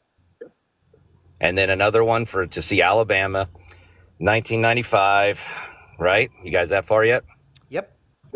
And the accuser is talking about how it was 14 at the time, was given alcohol, which that's not a good look. Where's your source for that? There it is. Where's your source? I'm asking. Where's your source for the dress for E. John Carroll? See, I can play this game too, Facts. No, it's her. She's the source. Right. So the accuser is saying this, Facts. Are you going to just not believe what they say because it's your side being accused of this? No, because see, that's Superdad, wrong. the problem that's with you. Wrong. The problem with you, me. Yeah, oh, with me. The problem with Go you, ahead, enlighten me, sir. The problem with you, Average Dad, is this. You have a story that has been debunked all over the place. And the funny thing about it is, excuse me, I'm not done talking. The funny thing about it is that you said, why isn't it being reported? Gee, why do you think it isn't being reported? So the story goes this. Every single so the Tim Walz allegations are some of the most amateurish leaks I've ever seen. This is third party? This is from the political fact check team. Okay. Oh, a fact check team, Yeah. huh? Yeah. So you would have like to be told what facts are instead of digging in yourself. No, You no. know how easy and lazy that is to read something someone else wrote facts and not delving into something on your own? So you didn't delve into it. What did you do? Oh, I've delved into it. I've read the documents, sir. Yeah, I was What's the name about of the to gentleman who's brought all this light to I was about to get into it. show Average what Dad. Waltz has done? Average Dad. What's the name? Average Dad. What's the X account, sir? Average Dad. I'm gonna provide you context. Conspiracies matter. I can play that game. Conspiracies matter. Conspiracies Twitter, matter. I just want to be clear, Twitter is not a source. Yeah, Average Dad. Listen. Oh, it's not. No, it's not. So why is it ranked the #1 news source right now? For people like you. For independent journalists who aren't paid to push propaganda for people like you to believe. That's why you guys don't like The problem Twitter. is that you're a gullible simp. Here's the thing. Oh, really? Every single received email. I'm a gullible simp. Yep. Every single received email that he's posted has been it was typed in a Word doc. The most amateurish part about this is that he literally pastes his Word doc typed emails next to the actual Proton Mail screenshots. Post with side-by-side comparisons for reference. Possibly the funniest of all is the fact that he forgot to remove his You're text. reading someone else's words, facts. These aren't I'm yours. reading. No. Average Dad, you don't have the facts. This is pretty average. Actually, it's below average at best, what you're reading. Average Dad, you don't have any 1,100 facts. people, 1,200 people in here, and you're misinforming himself. Facts. Yeah, You have Dad, a see, this platform to this do is the something problem. good, and you choose. Here's the problem with your argument. You don't have any sense of debunking this because of simps like you who will literally believe actual everything. source The first is- question that you asked was, why isn't it being covered? The reason it's not being covered is because it's conspiracy theory nonsense that people who are gullible like you will believe.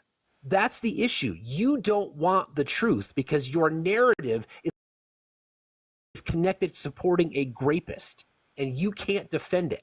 So you'll look for anything you can to try to turn the spotlight away from your own failings. That is the reality.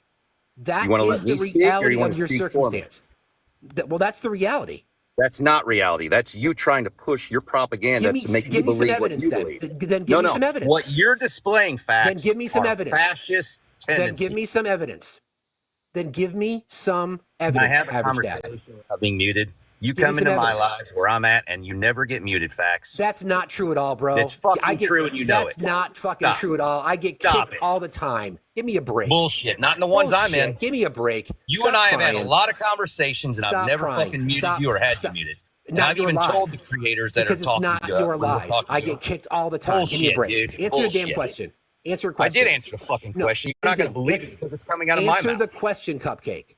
What Yeah, is Cupcake, I got your your Cupcake. source? What is My source your is the source? actual fucking people where this happened to them. These Yeah. are the people who actually were essayed, who were saying this. Did you talk to them? Yeah. Did you talk to the person that wrote the article you just read? Did you talk to the people? Where is No, this you didn't. source? Where did you get it from? These sources are all over the media or the like thought you X said the right media now and didn't other report it. social media platforms where I thought you people said are the media paid. didn't report it. No, they're not getting paid to push this out. They just Oh. want truth facts. Oh. You're spoon-fed bullshit. You regurgitate it, and you get your followers to believe what you want to fucking believe. You defend. That's You support sad. a rapist. You support a rapist. So Defend do it. you with Waltz. Then how about that? We can play this game. He's not. Oh, because That's I what I don't was want to reading to believe you. it. That's what I was You haven't reading to even you. heard all the facts. You've already fucking Oh, but chosen you do- your side to But believe. you do, Average Dad? You've already chosen what to believe. No, I'm actually still waiting for all the fucking facts to come out. I'd like to hear everything. But you made the claim that Tim Walz is a Throughout rapist. the rest of the day today, there are going to be more drops, and Okay, I'm eagerly awaiting you each made one. the claim, but you And made there's the claim. two now, facts. There's two. You made the claim that Tim Walz is a rapist. There are two victims that are coming out today, facts. You made the claim that Tim Walz is a rapist. Defend it. Defend it. I made the claim that there were people who are coming out saying that he essayed them. That's the claim I made. And then Go I back said and that- listen to the tape. And then I said, you defend a rapist. And you said, well, you defend one too, Tim Walz. So you're making a claim that Tim Walz is a rapist. Defend it. Defend your claim. Go ahead. We're waiting.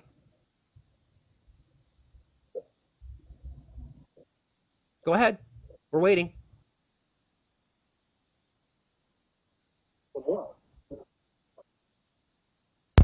Can you guys hear me? Can you hear me?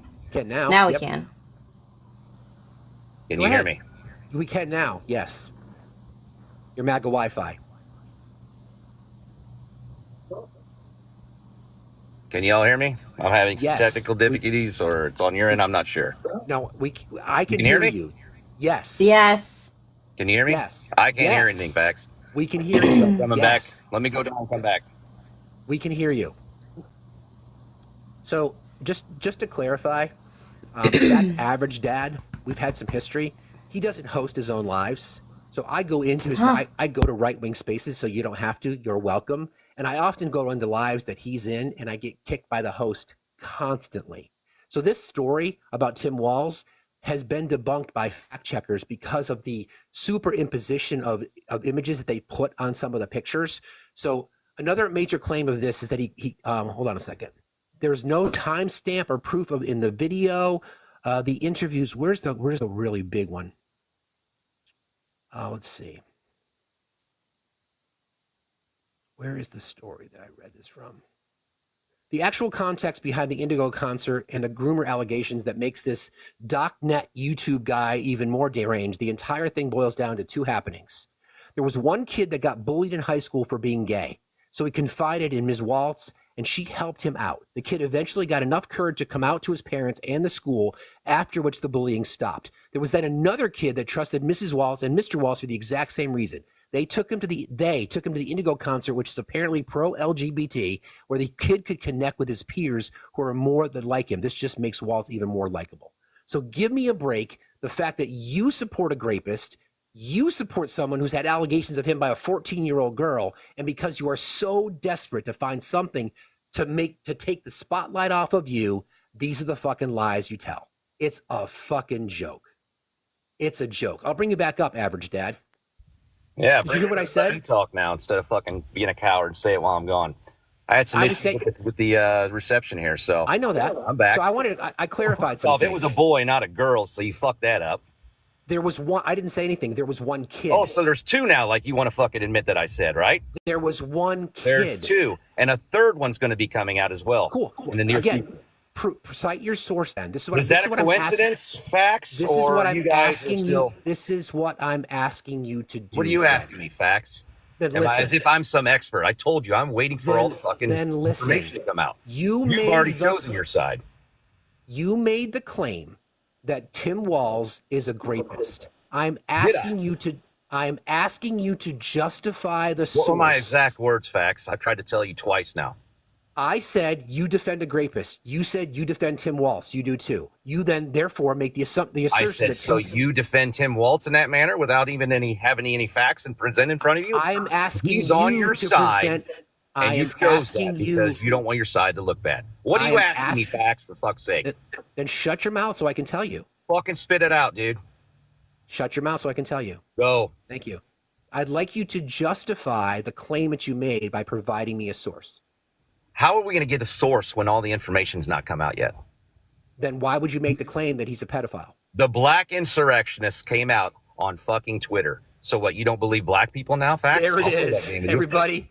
There it is. I was waiting for it. So you just got your ass handed to you, and now you're going to laugh like you won the argument. I did not. You're like the fucking pigeon kicking the fucking pieces on the chessboard around and shitting on it, dude. So how come you haven't been able to? How come you haven't been able to justify your claim yet? I'd like to know where that is. How many times do I got to say this, dude? Because you want to just have a victory with our argument. All the facts and all the statements are still coming out. This is an ongoing fucking situation right now. Right, but you made the claim that Tim Walz is a rapist. Dude, what is wrong with you mentally right now? You keep asking that same question. This is an ongoing fucking situation right now. Right, but you made the claim that Tim Walz is a rapist. You mentally right now. You keep asking that same. Is this trouble for you? You made the claim, Super Dad. To have a conversation. This is why I've stayed away for so long, actually. No, I you come say up, it because you're a I coward. peek, You say it way I because you're a listen. pussy ass coward. I think it's really, really, really important here because this is the kind of stuff when you're in desperation mode. This is the caged animal phenomenon. I was reading about this. You're backed into a Yep. corner and you have nothing else to do. You cannot defend supporting this guy. So you will look for everything you can. Somebody sent me something about the black insurrectionist, and I need to find that. Yeah, so the black insurrectionist, absolute Trump patriot, surprise, surprise, the account has been posted. It's that kind of stuff. And because average dad, who is a simp for Trump, who spends time in his safe spaces and right wing lives that I go into and the host kicks me constantly, cannot defend supporting a rapist. It is absolutely mind boggling that they will chase anything they can to try to pivot away from the spotlight being on them. How boring. Wow. No, Super Dad, you're done. You're average at best. I liked you calling him, yeah, average dad. Average dad. Unbelievable. What a clown. What a clown. Hey, Trucking, how are you today? hey, dude. I mean, how can you sit up here and give these people all this advice about Trump and all that stuff? As a moral person, how can you give advice? You have your own set of issues, dude. You're sitting there with blue fingernails. You're a grown ass man. Aren't they nice? Are you like them? Yeah, I like them. And What's no other trucking? grown man would either. Mint green. Trucking, what's wrong with anyone? Like, you know JD Vance wears makeup, so what's wrong with him having painted fingernails? There's nothing, not anything wrong with it except the Apparently. little boys. Oh, but JD Vance wears makeup. You cool with that? If he was painting it on like a woman, no, I would not be cool with it. He literally wears eyeliner. Pay attention to that, Do you ma'am. see? Well, you can look at his eyes. I It's don't very wear clear. it. It's like not Right. wearing fingernail polish. But JD Vance wears eyeliner, and it's extremely obvious. Freaking Donald Trump wears foundation, and he also uses tan towels to make his face orange. It's very weird. But the point is, like, you're pointing out one thing just because you can tell it's fingernails, but you're not calling out that somebody does in private. They paint those people up in private. What? You don't. He was on the debate stage with eyeliner on. Yeah, he goes He out did wearing in it. private. They painted him up in private. Other little boys didn't see him paint him up. It's probably some grown ass man that painted him up. That had his fingernails painted. But the point you is, guys right now that's not cool for grown men. I run a construction company. They would have no. They would have no. Hey, trucking, I have a question for you. Are you the proponent that gets to determine what is manly and what's not? Well, as I know where I would cast my This is respect. just a yes or no question, right? So are you the proponent who gets to determine what's manly and what's not? No, ma'am. Okay, then stop. Like, there's no point. You have to hold everyone to the same standard. Fax didn't go and get his fingernails painted where everyone can see. He didn't do it on a live stream, right? He didn't do it on a live stream, which means it was done in private, just like Donald Trump's makeup and JD Vance's makeup that they then went out wearing. I'm perfectly okay if men want to wear makeup. That's their choice, right? I don't care if a man wants to wear fingernail polish. They literally make fingernail polish specifically for men. Fingernail polish was actually made by men for men way back in the day. Just like men have been wearing makeup forever. Right? It was considered a class thing. The rich people had makeup and wigs. Men wore wigs. Men wore tights. Get over it. It's not even an issue. So trucking, it shouldn't bother you. It really shouldn't bother you. I mean, it doesn't- obviously does, it but doesn't it shouldn't. bother me at all. It does. It bothers my 12-year-old son that sees it and thinks it's okay. It is It's okay. not. It is okay. It's not. Well, in It's your not at opinion, all. it's not okay. I've got two. In I've your got two boys opinion, and a it's girl. okay. I've got two boys In and a my girl. opinion, it's not okay. Okay. That's But where you- we're but you- gonna. That's where Okay. we're gonna figure it all out when it Okay. comes down to that. But you seem to think it's not very manly, right? No, sir, I don't think it's very manly to paint your fingernails up and let little Do you boys. do you girls hunt? see you. Do you hunt? Do I hunt? Yeah. Yes, sir. Yeah. So do I. Do you have a motorcycle? Yes, sir. Yeah, a few So of do them. I. Did you grow up in the woods? Yes, sir. Yeah. So did I. Sure did. So did you ever play sports in Then school? what kind of You ever play way in sports? the You world? ever play sports in school? What led you to paint your fingernails if you did all that? Because well, first of all, I have a Were daughter. hunting with somebody that was Trucking. He's trying to answer your question. I have a daughter, and it was an amazing opportunity throughout her young life to have a bonding moment with her dad. And at the end of the day, it's just something that feels good.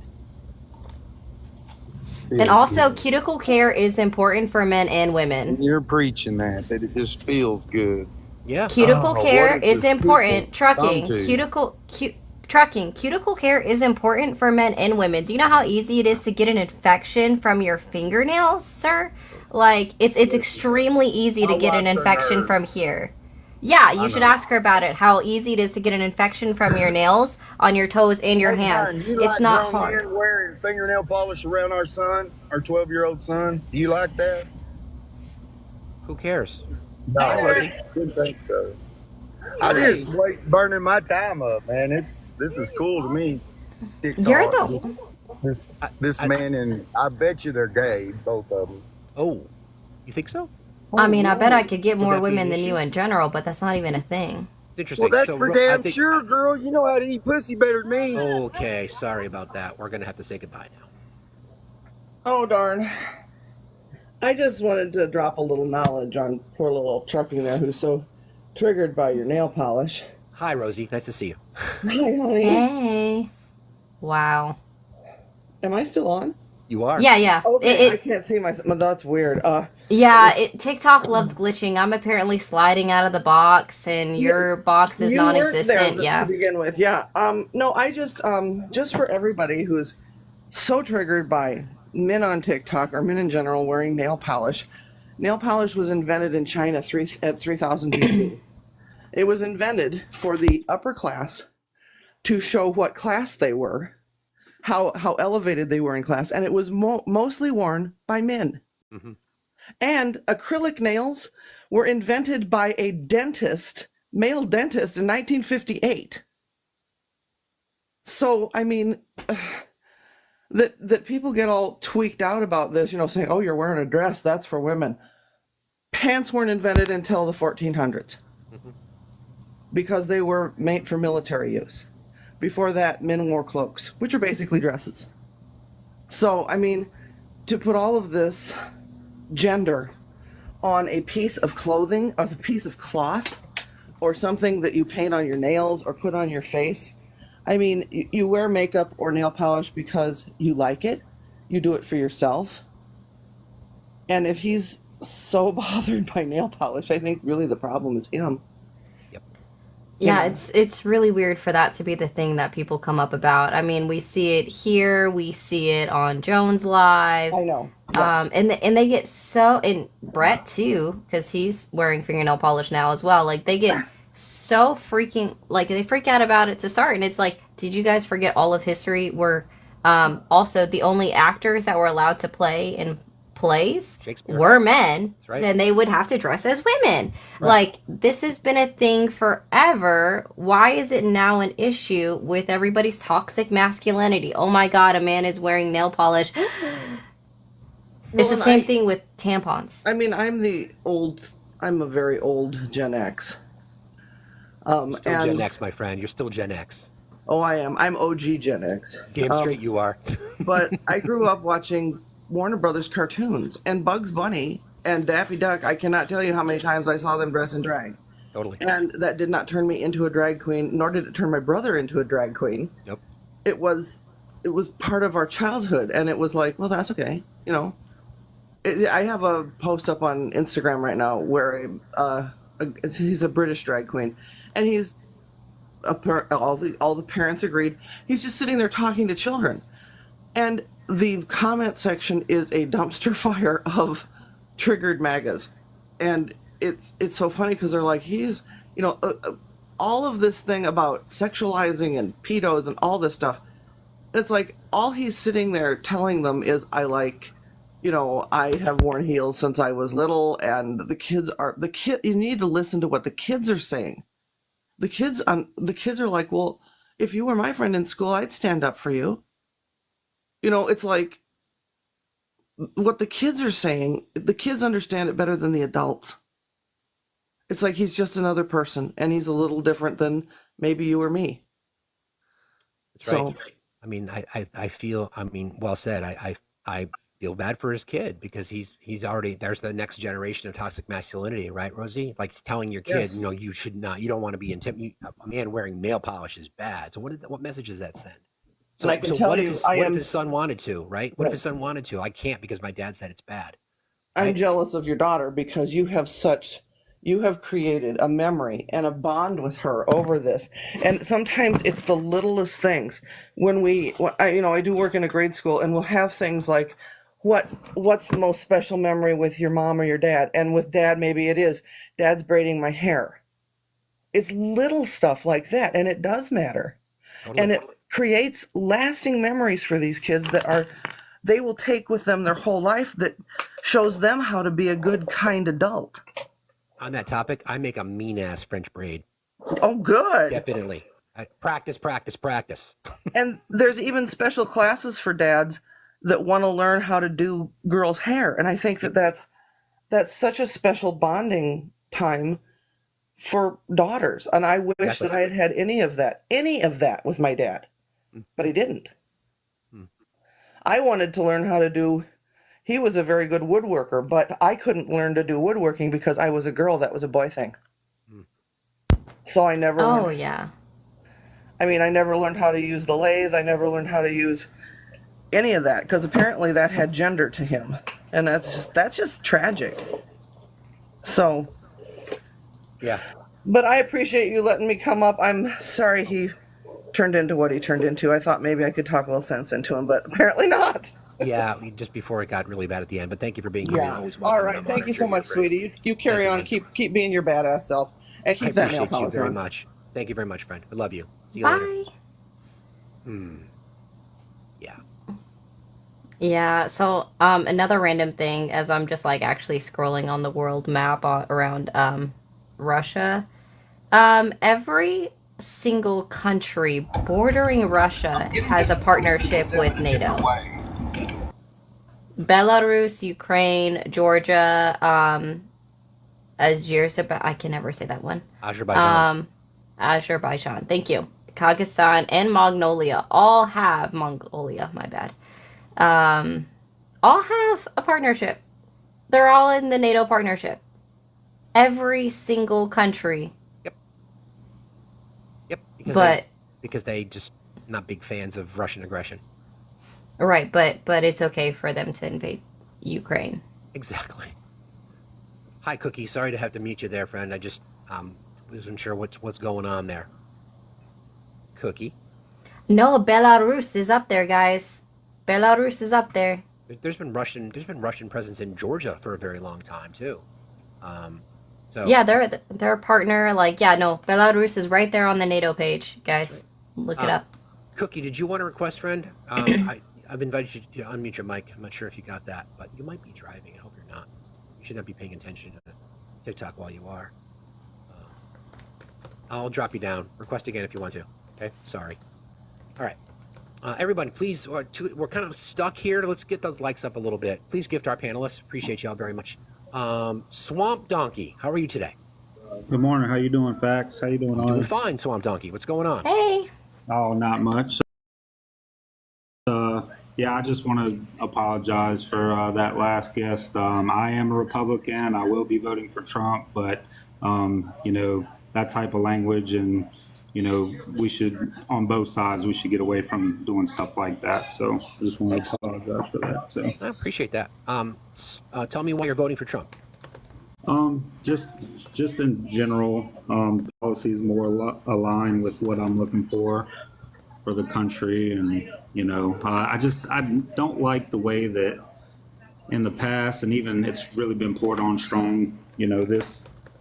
This presidential election is how Democrats are just playing into this game of let's tell these fake stories and run with them, and it's just Like which kind of a one? turn off. Like I What's a fake my whole story? family grew up Democrat just because, you know, my grandfather, JFK, all those days, and you know, it's just I don't know. Okay. I'm kind of turned off by some of those things, you know. Okay, so we can unpack some of those, but you had Yep. said that so some of the policies. I think what you said. I don't want to put words in your mouth, so correct me if I'm wrong. You said Trump stands for things that you align more with. So can you give us an example of what some of those things are? Yeah, just normally whenever I go into um, when I go into more Democrat lives, I have, you know, my notes in front of me, so I don't have to pull them up on my phone. So I don't quite have all the information on what everything is, but just in general, the America First concept, you know, Which means what? Which means what? just how we kind of take care of our own before we try to, you know, police the world. You know, like I feel like that's been a long-standing. You know, I was a veteran, got deployed. We were in Iraq looking for weapons of mass destruction. There were none. You know, just was. You know, just that was when my eyes kind of awoke, not opened up to all these kind of things. You know, so do you know that there's history to the America First statement? Do you know of its history? yeah, Deutschland über alles. Oh, sorry, Ari. Go ahead. Deutschland über alles. Yep, Yeah. that's what. Yeah, And I also did domestically, and also domestically here. Do you know who carried that sign with rallies in the early 20th century? Yep. The pointy white cloths. Yeah. Yep. So I don't know if I'd want to be connected to that. Right. I just try to find the correlation between those, and it's like I get it, you know, but at the same time, it's like I feel like it's not, you know, it doesn't connect quite for me when I do the research. You know, like I said, there are some. It's just mainly I just really feel like we have a lot of issues, and of course I'm a veteran, so I'm big on like trying to find ways where, you know, we can support our veterans, you know, their mental Trump doesn't health, their support you, though. homelessness, you know. But Swamp Donkey, Trump doesn't support you. I hear that a lot, and you know, I heard the suckers and losers thing and all that, and I go back and do my research, and those are part of the things I feel like are pushed as bad things for Trump, and you know, they're kind of fabricated or there's no supporting evidence. So John, do you know who John Kelly is? Correct. Yep. Who's John Kelly? If I remember right, wasn't he like a general or something? Yeah, four-star, highly decorated general, right? Correct. Also, Donald Trump's chief of staff. Yep. So, would you believe John Kelly? I would want to say yes, but I've also been in the fact where, you know, there are a lot of generals or, you know, that are just following orders, and whatever those orders may be, they'll follow depending on. So John Kelly said that Donald Trump said that. Right. So are you going to say that he's lying? It's just tough because there is multiple people on the other side as well that said he didn't say it. So it's like a he said, she said at that point. But who were those people that said they didn't say it? I'd have to, like I said, I don't have my notes in front of me. I can tell you, I don't know their names, but they have been identified as Trump loyalists. So I guess the question I have for you, John Kelly, a decorated veteran, four-star general, I believe, somebody can fact check me on that, literally said that this is what Donald Trump thinks of veterans, talked about them in disparaging words. Also, John Kelly was at the gravesite of his son with Donald Trump, and John Kelly reported that Trump asked, "What's in it for them?" Yeah. And then the entire debacle. And then do you think John McCain was a war hero? I do. I do, and I get the vile things sometimes Trump says, and you know that's why I wouldn't classify him. But if you get it, you still are voting for him. So Swamp Donkey, did you take an oath to the flag or to the Constitution?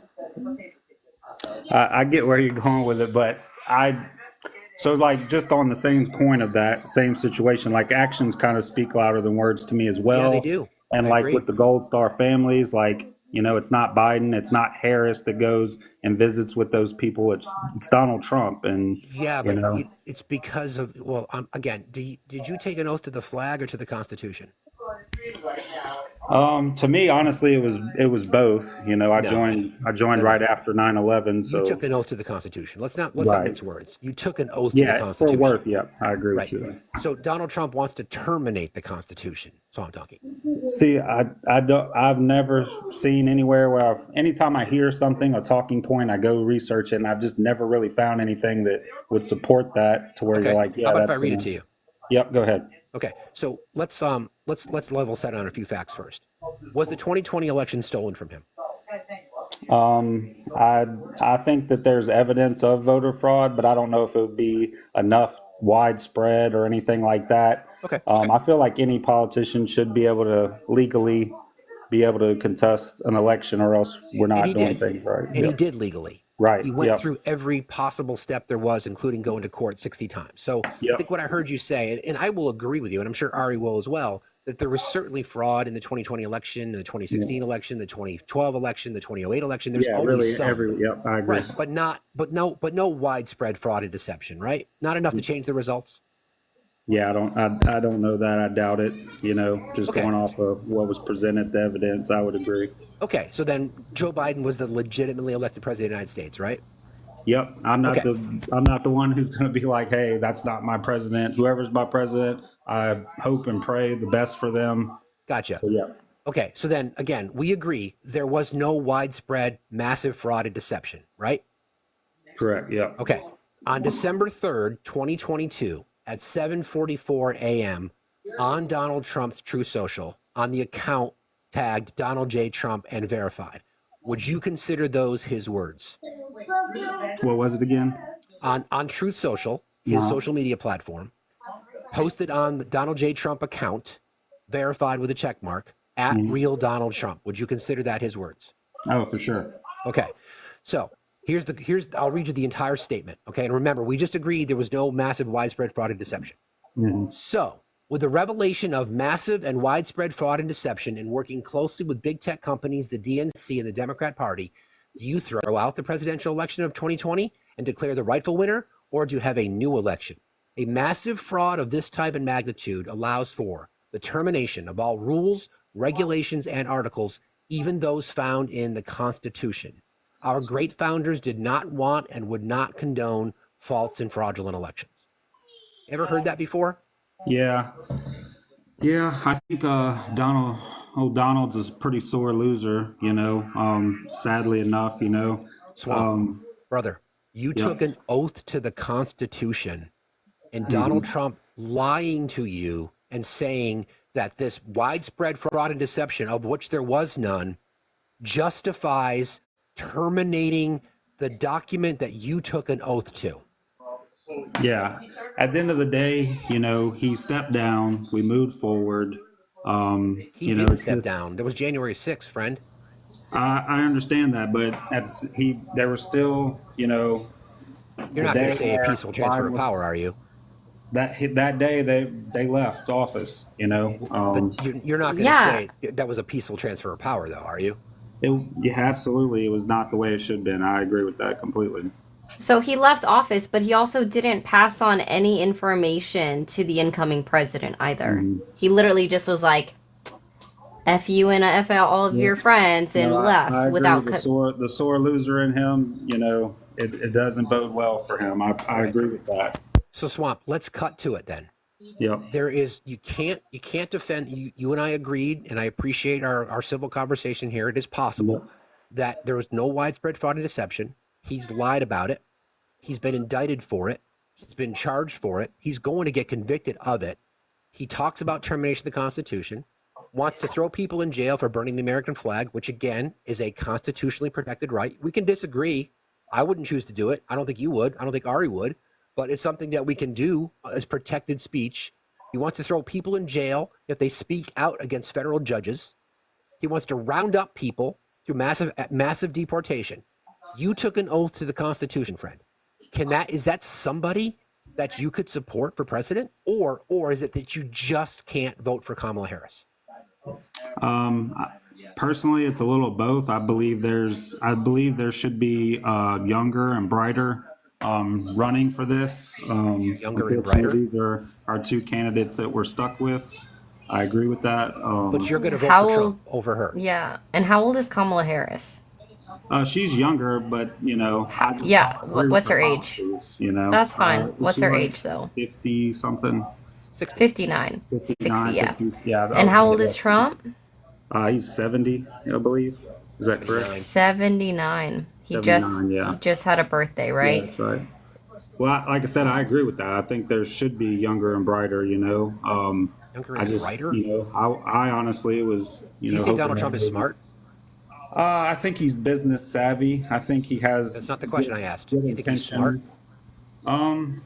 I think so. Just in the way of last time, he kind of, when he was elected, he didn't expect to actually win when he was elected, and he just kind of listened to a lot of people that told him, "Oh, you need this person for this job. You need a person for this job." And this time he's been on record saying, "Hey, I don't need to listen to the lobbyists. I don't need to listen to this. I need people who are actually good for this country." Okay. Do you think Kamala Harris is smart? I don't really. Honestly, I could not say that I know enough about her to say that she's not smart. So I will go with that she's, to get where she is in her career. Okay, so we're unpacking things here because you said you wanted younger and smarter. So if you don't know, I don't think Donald Trump is smart. I think he's quite dumb, in fact. I don't think he's got business savvy. He bankrupt businesses. His entire business in New York was built on a fraud. So I don't think he's business savvy. Okay, what I will give him credit for is he's a master pitchman. Use bankruptcy as a tool instead of a failure. It's Six a tool. times? Six times. No. I mean, if it's a tool, they use it. Chapter 11. Swamp? Yeah, he can literally only file bankruptcy one more time, right? Yeah, the rules that they have for Chapter 11 bankruptcy are actually ridiculous. High finance major here, but it's still a failure because they only have to pay back somewhere between 10 to 40% of their debts that they owed, 10 to 40%, right? That's actually it's about the same as the Chapter 13 for a consumer or regular person, but it's still a failure because you have to rewrite all of your articles of corporation. So if you didn't know that, you have to rewrite your business plan and submit it to the courts to be accepted. in Swamp, I got a real issue with the fact that you're a vet and you took an oath to the Constitution and flags were being used as weapons on January 6th and officers were being beaten all because of a lie. I agree. All because of a that lie. All of that is so unfortunate, and I hate that is a stain on America, for history books. You're going to vote for him. I don't believe, in the whole, like, this is just an insurrection thing. I think it was a bunch of knuckleheads. It was an insurrection. Well, there was no weapons, Yes, there were. I think we're a very armed nation, and I think that if we were ever going to, There were. be in People were in jail for insurrection- having firearms in the Capitol that day. Yes, there were weapons there that day. I mean, if I believe correctly, the only person that was unalived was actually a Republican, a Trump supporter. That's not true. She lost her life because she couldn't comply. Right. But there were other people who lost. I agree. Not supposed to be in but the there were people serving time in jail now for having firearms on them when they went into the Capitol. So we know that. I guess the question I have for you is, do you know what is an insurrection? Are they trying to attempt to overthrow the government or something? Nope. It's a violent act or uprising against a government or authority. Yeah. So was it violent? Yeah. Was the violence directed towards the government? Yes. Therefore, it's an insurrection. Yep. And I hate to say it because I actually know people that were there that day, but if you were committing violence, then on this day, then absolutely you should be, in jail. But it's just to tie that into, like, if I believe, correct me if I'm wrong, that the first door was breached when Donald Trump was even still speaking. Was that true or not? I think that's true based on the timeline, but yes, but that again, we have to think about what he said. So I want to read you something, if it's okay.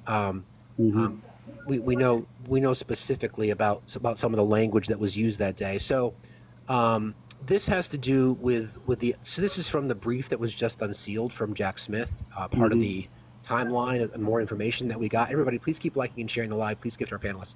So at 2:24 p.m. on January 6th, Okay, and I'm pulling this right from Jack Smith's filing. Trump was alone in the dining room when he issued a tweet attacking Pence and fueling the ongoing riot. Mike Pence, this was the tweet that he sent out, famous tweet, okay? Mike Pence didn't have the courage to do what should have been done to protect our country and our Constitution, giving states a chance to certify a corrected set of facts, not the fraudulent or inaccurate ones which they were asked to previously certify. USA demands the truth. First of all, that statement in itself is an absolute lie, because there is only one set of electors. The fake elector scheme, again, is anti-constitutional. And remember, Swamp, you took an oath to the Constitution.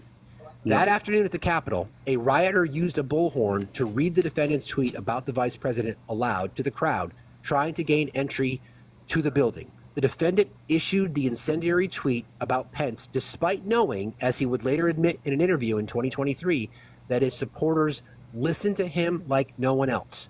1 minute later, after that rioter used the bullhorn to share that message and to read that tweet aloud, so 1 minute later at 2:25, the Secret Service was forced to evacuate Pence to a secure location at the Capitol. Throughout the afternoon, members of the crowd chanted, "Hang Mike Pence, where is Pence? Bring him out," and "Traitor Pence."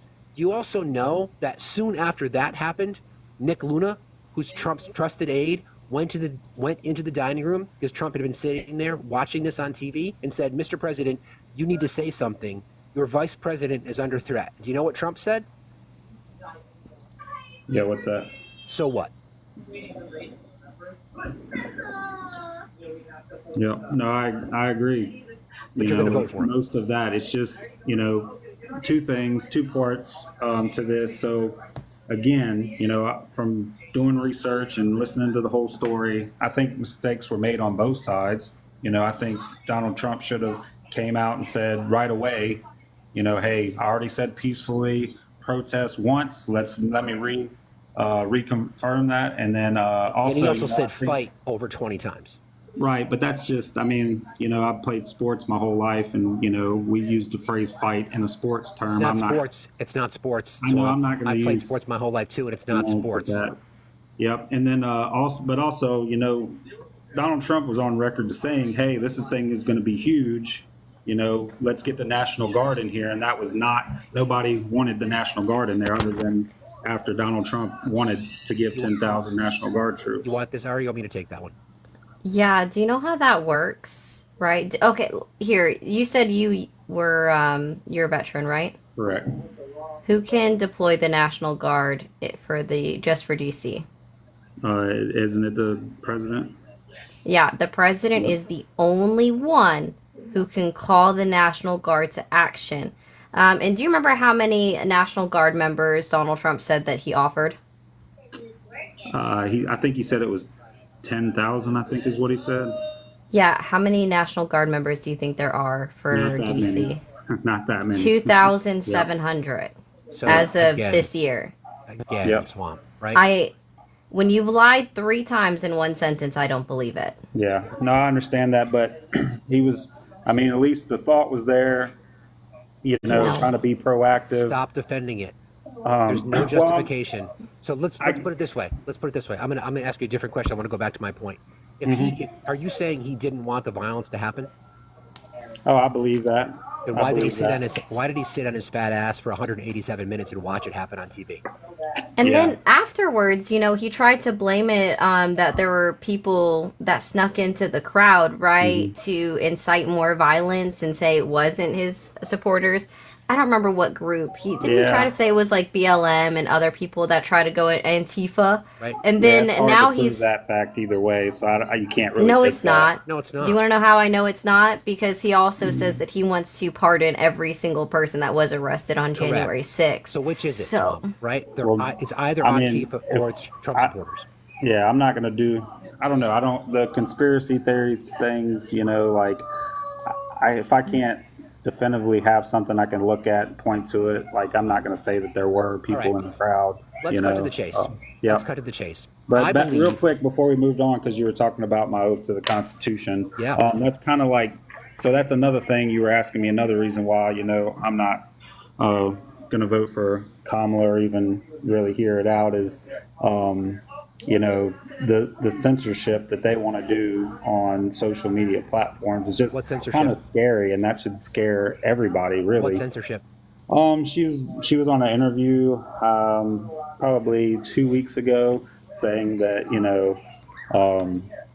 there should be they need to find a way to monitor misinformation on social media. You don't agree?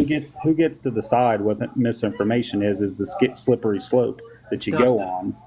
That wasn't her saying that she's going to censor it. That is something that we need to address because misinformation is dangerous. We know that. That's not an issue. It is, but we're also that's never once in the Constitution does it say misinformation.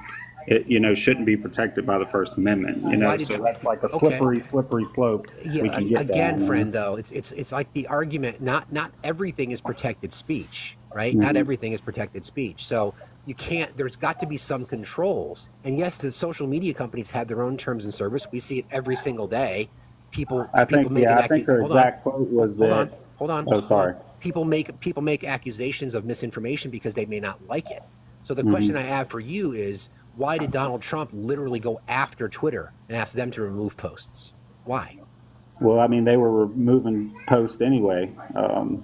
But you can't. So Chrissy Teigen on Twitter called Donald Trump a pussy ass bitch, and he got all pissed off about that, and he demanded that Twitter take it down. Why did why did the Trump administration want to suppress the Hunter Biden laptop story?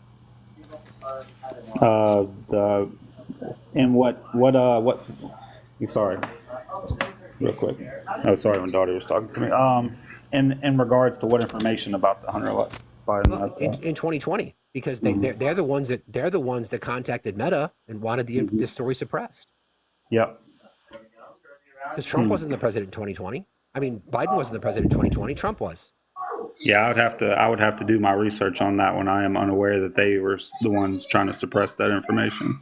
So let's break this down for a second, because I think to me, friend, and I hate to say it, but it boils down. I just don't think you could ever see yourself voting for a woman.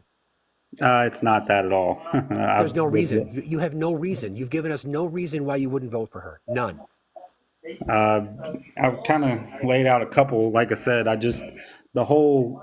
it's just so hard whenever people are pushing a certain narrative and then you read the facts and it's not quite true, like I said. Then? So let's talk about it. What narrative is pushed, and then what facts did we you kind of find? already went over a few of them. Another one, I guess, would be, they pushed the whole Project 2025 thing. That everybody's sick of hearing that. He's connected to it. Right. I mean,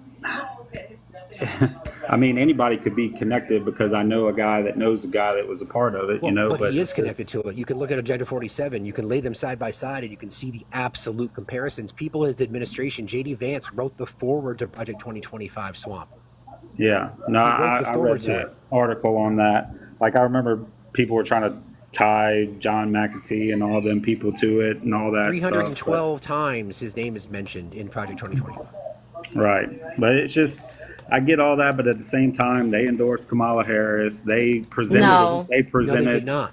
So it's somebody that's left. So it's somebody that's left the Heritage Foundation a while ago and has denounced them because they've gone way far right than he ever expected them to. Right, and then just kind of how we were. Sorry. Well, just kind of how we were. Oh, sorry.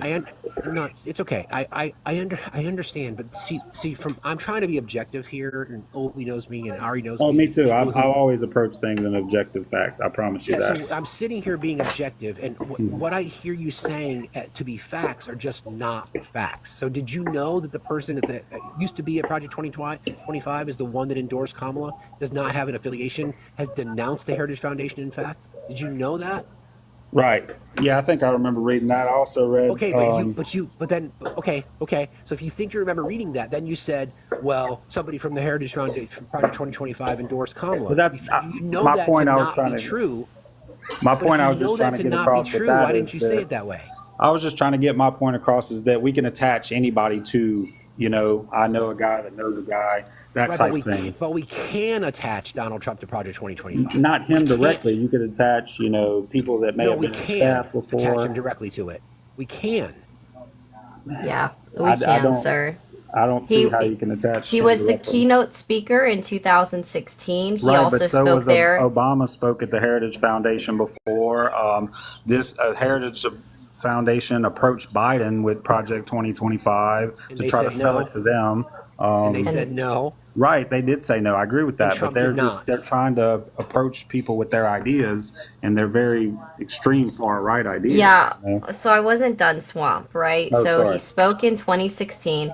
He spoke in 2020 there. And then he also spoke in 2022.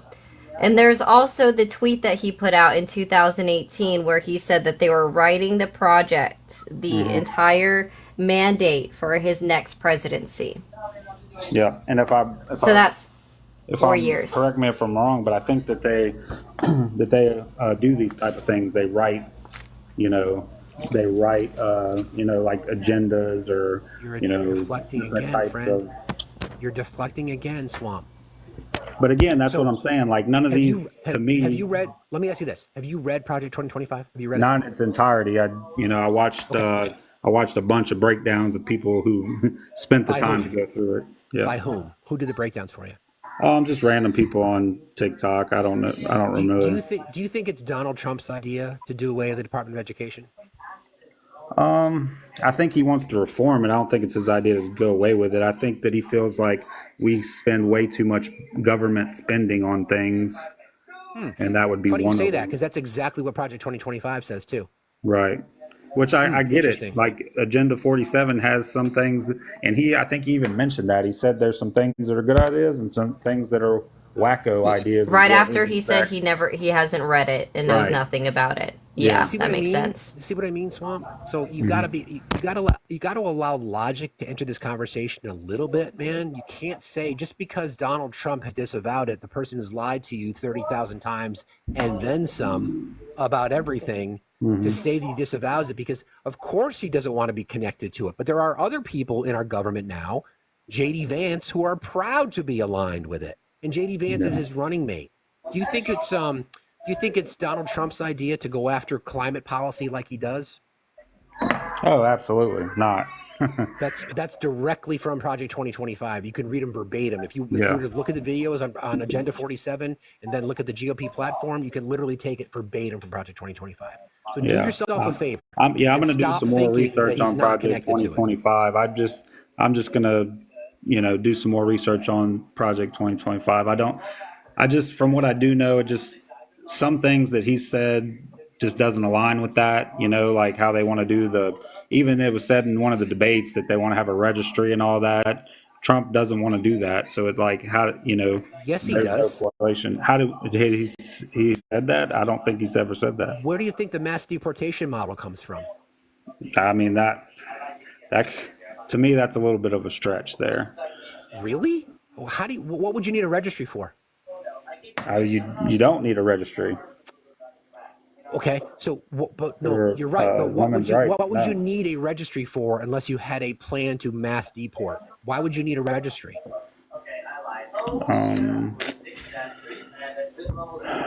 As far as illegal immigration? In general, why would you need a registry? What are you registering? Well, for illegal immigration, I would say the only thing you would need a registry for anything else that they're, that's trying to be said, as Thank far you. as Project 2025. I want to introduce a veteran. Obi, meet Swamp. Obi-Wan. How you doing, man? What's up, Obi-Wan? I'm just trying to listen in and see where I can't lend some context from our point of view, right? As veterans, because I think this stuff's pretty important, right? Yeah, that's why I'm here. I don't want to go in a right-wing echo chamber and discuss things. I like to, speak to people who have different opinions and, have healthy conversations. So. Yeah, I'll just say this, and I'll make it really quick because I think this is super important. One, I will follow you so that you can follow me. And I think some of these things are better done offline so that we can actually have a more personal conversation and unpack a few things. But I'll say this, right? So I served for 8 years, and for that entire 8 years, I was a member of the Republican Party because I thought that was the party that supported us, right? And then over the years, I have learned how completely untrue that is. And that the greatest piece of legislation to have ever been passed to help veterans was done so by President Biden and under President Biden's guidance, specifically in memory of his son, Beau, who died of cancer, most likely linked to the burn pits. So part of the things that I suffered from may be part of the things that you're dealing with, right? I didn't understand what bias meant and how my bias was based on what I learned in the military and the people that I surrounded myself with. So what I would really love is for you to follow me and then DM me. And what I'd like to do is just have a call where we can walk through things, right? Because there are some things that I hear you saying, and I understand what you're saying, as does Ari, as does Facts. But where I'm going to approach it is how to help you unpack some of the bias that the military leaves on your doorstep, and it's really hard to get past it sometimes. There is nothing about President Trump that is good for veterans. He's a treasonous person. He is only out for himself, and he does not care about any other human beings that aren't named Donald J. Trump. And that's where we start the conversation, right? So follow me back. Let's unpack this, because what I believe can happen for you, and what has happened to countless veterans who have come here and engaged in these conversations, is they start to get to unpack these things for themselves, and they get to see the GOP for what it is. And they get to then look at what sources are they learning from? Who are those people, right? What is their agenda? And it may work for you or it may not work for you. I'm not trying to say that I want you to be a part of the Democrat Party. I'm not trying to say that you have to support and believe in what I believe in. What I want to do for you is to help you out veteran to veteran, and show you that there's definitely a different way to look at things, and that I guarantee you, if we list 10 things, even if we don't disagree, by the end of the conversation, you'll see it. You may not get there yet, but you can. And so I encourage you to come on lives like this. Listen to what people are saying. Check the sources, right? And then really ask yourself, for my children, what kind of person do I want leading the country moving forward? What do I want their future to look like? And I think if you can objectively look at these two candidates with me, you will see that one is for human rights, which includes your children, and one is for anger, deceit, and treasonous ways to only self-promote and make everything about him, right? So I encourage you to keep on this journey. I think you will find in a short amount of time, a veil will be lifted, and you'll still probably agree with some things that you have always agreed with, and those things may not change. But for the sake of your children, right? I think what's really important here as veterans, because we swore an oath, is that we leave the world a better place than the way we found it, right? And I think that's also part of the oath that we took, right? Is this constant defense of the Constitution of the United States, right? Not a political party, not a person, not the flag, not the Bible, right? But the actual meaning behind the Constitution. Our oath is sacred. Less than 2% of the United States population will ever take it.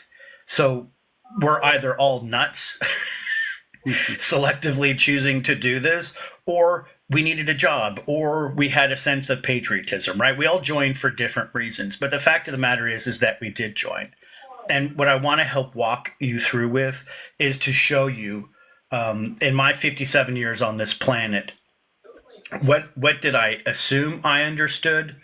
What have I come to learn? I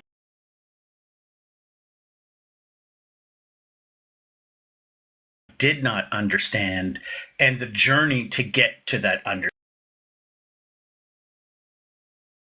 understanding. And I really hope that you will engage in this, because my mission, again, is to make the world a better place than how I found it. And I think you and I, to tell you what a different way of looking at things and use some critical thinking to examine things, and then really question, what is your bias filter internally, right?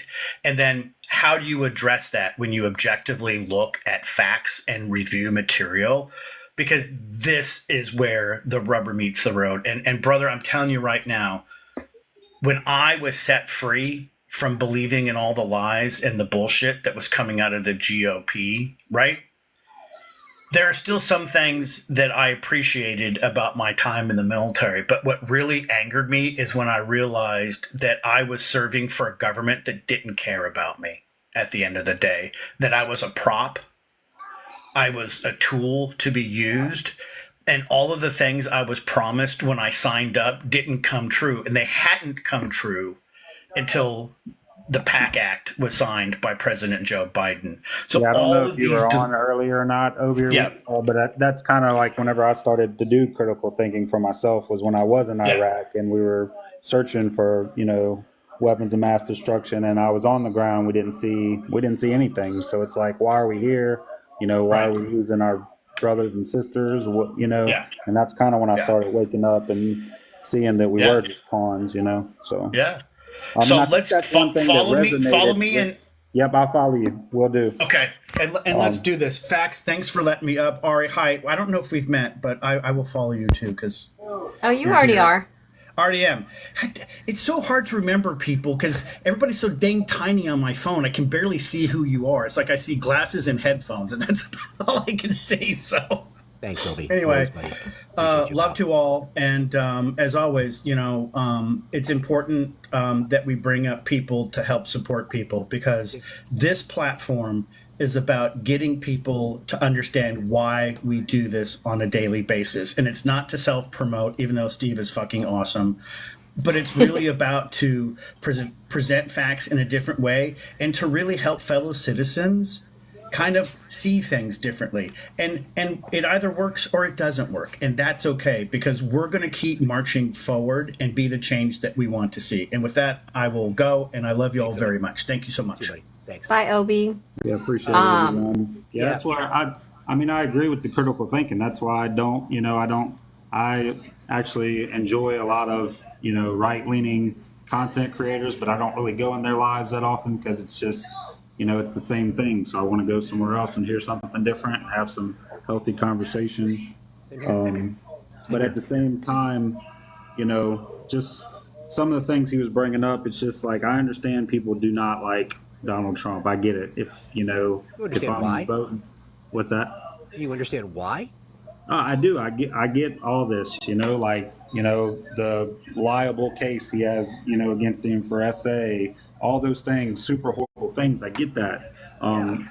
That's why it's a struggle with somebody who is calm and has obviously sounds like a decent person. That's why I'm struggling to say, why would you vote for this guy? I don't vote with my feelings. I vote with what is going to be, not who I need to be a babysitter or who I need my uncle at my house on the weekend. Does character matter though, Swamp? What's that? Does character matter? It does in some areas, so I would say yes. So do you have a daughter? Oh yeah, for sure. So I would like you to be able to sit down with your daughter and say, hey, just so you know, I'm voting for the man that took away your rights, and by the way, he sexually assaulted a woman. You cool with that? Right. But that's where I struggle. That's where I struggle with that is because, liable and guilty are two different things in the court of law, Swamp. So He did it. Did he or did he not do it? Swamp, I would like to remind you that the burden of proof is the same in civil and criminal I court. thought you have to have 51% conviction for liability, but 100% for criminal. And he had 100% of the jury say guilty. Right. It's just you got to have different, I don't know. So Swamp, and I want to bring up another guest. So this again, in that conversation you had with your daughter, I'd like you to say, just so you know, sweetheart, I'm voting for a guy who the jury said deliberately and forcibly penetrated a woman's vagina with his fingers, and I'm voting for that guy. Right. This unfortunately, this is on both sides. This is a sick game of politics that people play sometimes. So you don't know what's true. I mean, it's no, I know it's true. Coming it's out a testimony. So it's are coming we out going to with believe the woman or are we not? You got to be patient and see what happens with that. But it's kind of like he's an adjudicated sexual predator. He's bragged about grabbing women by the vagina. He's been listed in numerous allegations and lawsuits of dozens of other women.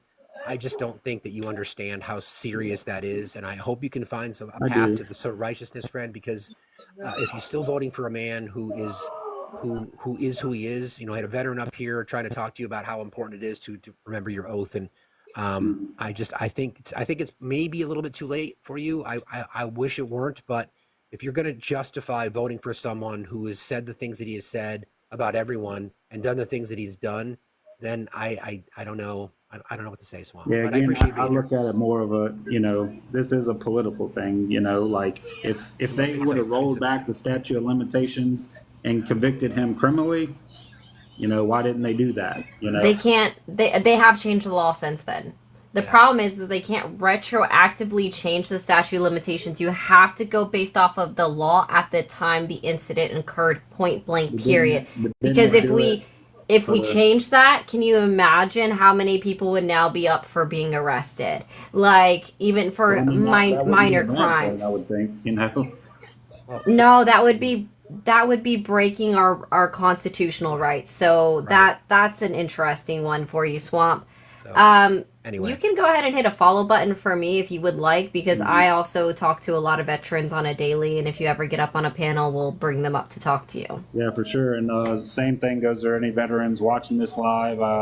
If y'all want to follow me, I actually do some work for veterans who come back and just need some help struggling with reintegration into life. I battled it myself, so we take veterans on hunts and take them on side-by-side rides. So well, good luck, Swamp. I would just ask you to really reconsider. I want that thought in your head about literally sitting down with your daughter saying, I'm voting for a guy who's an adjudicated sexual predator who deliberately and forcibly put his fingers in a woman's vagina. I'm voting for a guy who brags about grabbing women by the vagina. I have allegations by 14-year-old girls. I raped my ex-wife. That's the person you're voting for. So I would like you to be able to look your daughter in the eye and say, that's who I'm voting for. Right. Good luck. No, I understand all that. We're gonna move on. We're gonna move on. Thank you. That's all I wanted to just say. Appreciate y'all letting me up and the good civil conversation. You got it. Thanks. All right, bye. I can never understand that. It's all good. Anyway. Boosted. 1,200 people. Let's see if we can get to 500K. Hey, can you hear me? Boosted. Hey, what's up, man? Hey, I just want to say, like it's gonna sound crazy coming from me, but it really doesn't care who's in office at this point, because nothing really will change. We're gonna still pay taxes, and money's still gonna get lined with all the politicians. I just want to say that I don't believe in anything I hear from either side of candidacy. So what do you believe then? That, like, it's gonna sound crazy, man, but corporations are running the country, and it's not really the president or anything else, man. It sounds so crazy, but when you really look at it and how they endorse certain politicians and certain bills start getting passed, it's really the corporations that are pulling the strings. It sounds like a conspiracy, man, but I don't disagree. Disagree. Hold on. Slow down. I don't disagree with that, which is why you want a party to penalize people who are taking advantage of our system by raising their taxes, as opposed to a party that wants to lower their taxes. Yeah, but still, man, it doesn't matter, dude. It doesn't matter. It's just a big conspiracy. I just wanted to say that, man, because I see how separated everyone gets during.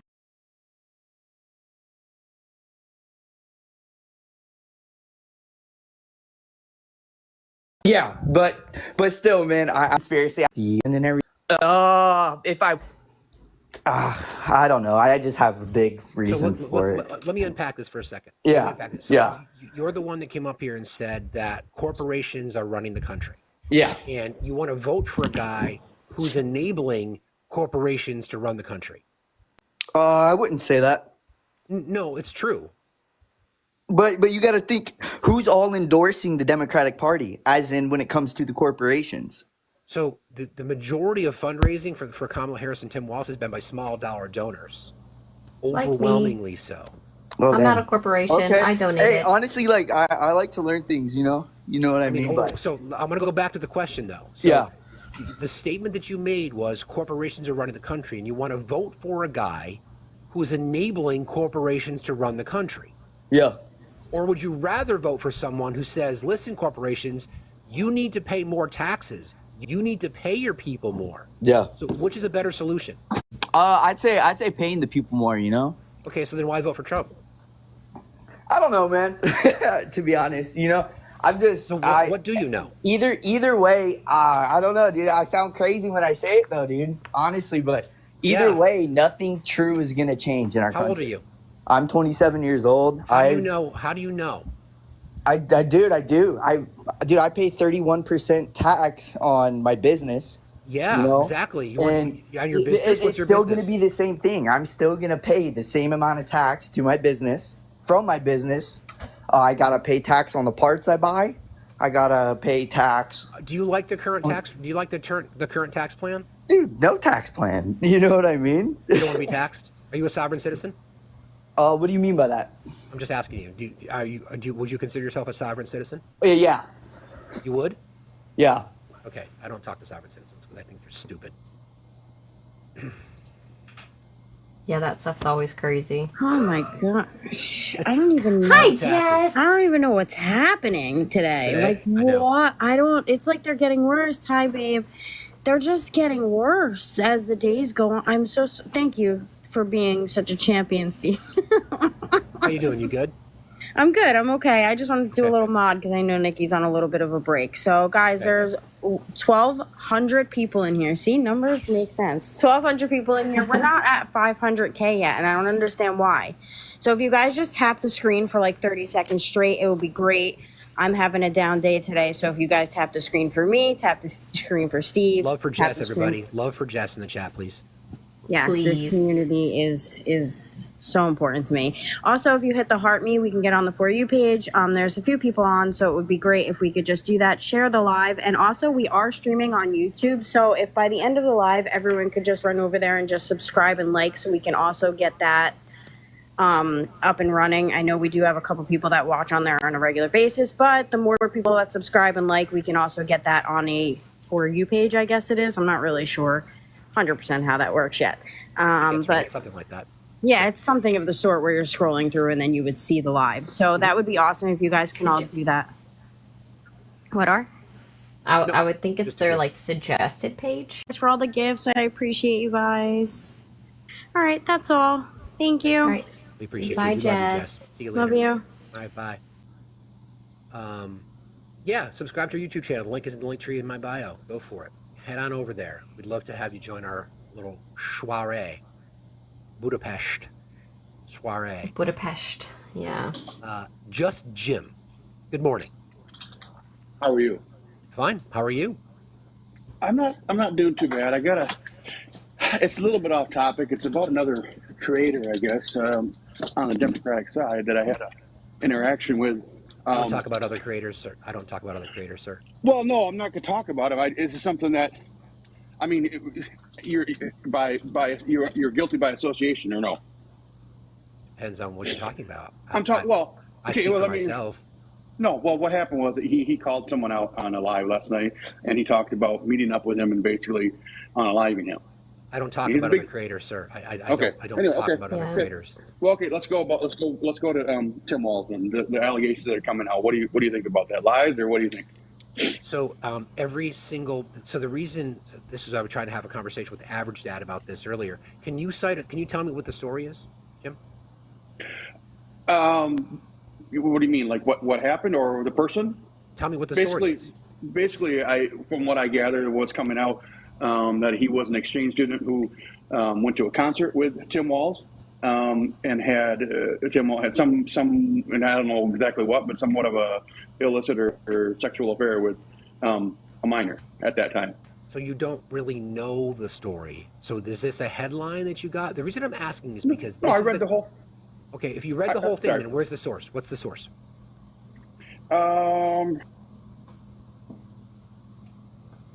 This was last night when I looked it up on Twitter? No, it wasn't on Twitter. It was on when I just Googled it. I don't know exactly what the. There was a couple different headlines, allegations. So I just Googled it, and the first thing that came up was, and I couldn't even tell you honestly who the first one, Newsweek or whatever it was that brought it up. Political, I don't know. But my point is that okay, we always have to take the side of the accuser, right, until they're proven not credible, right? Just the same thing with Trump and his essay case, right? He's accused.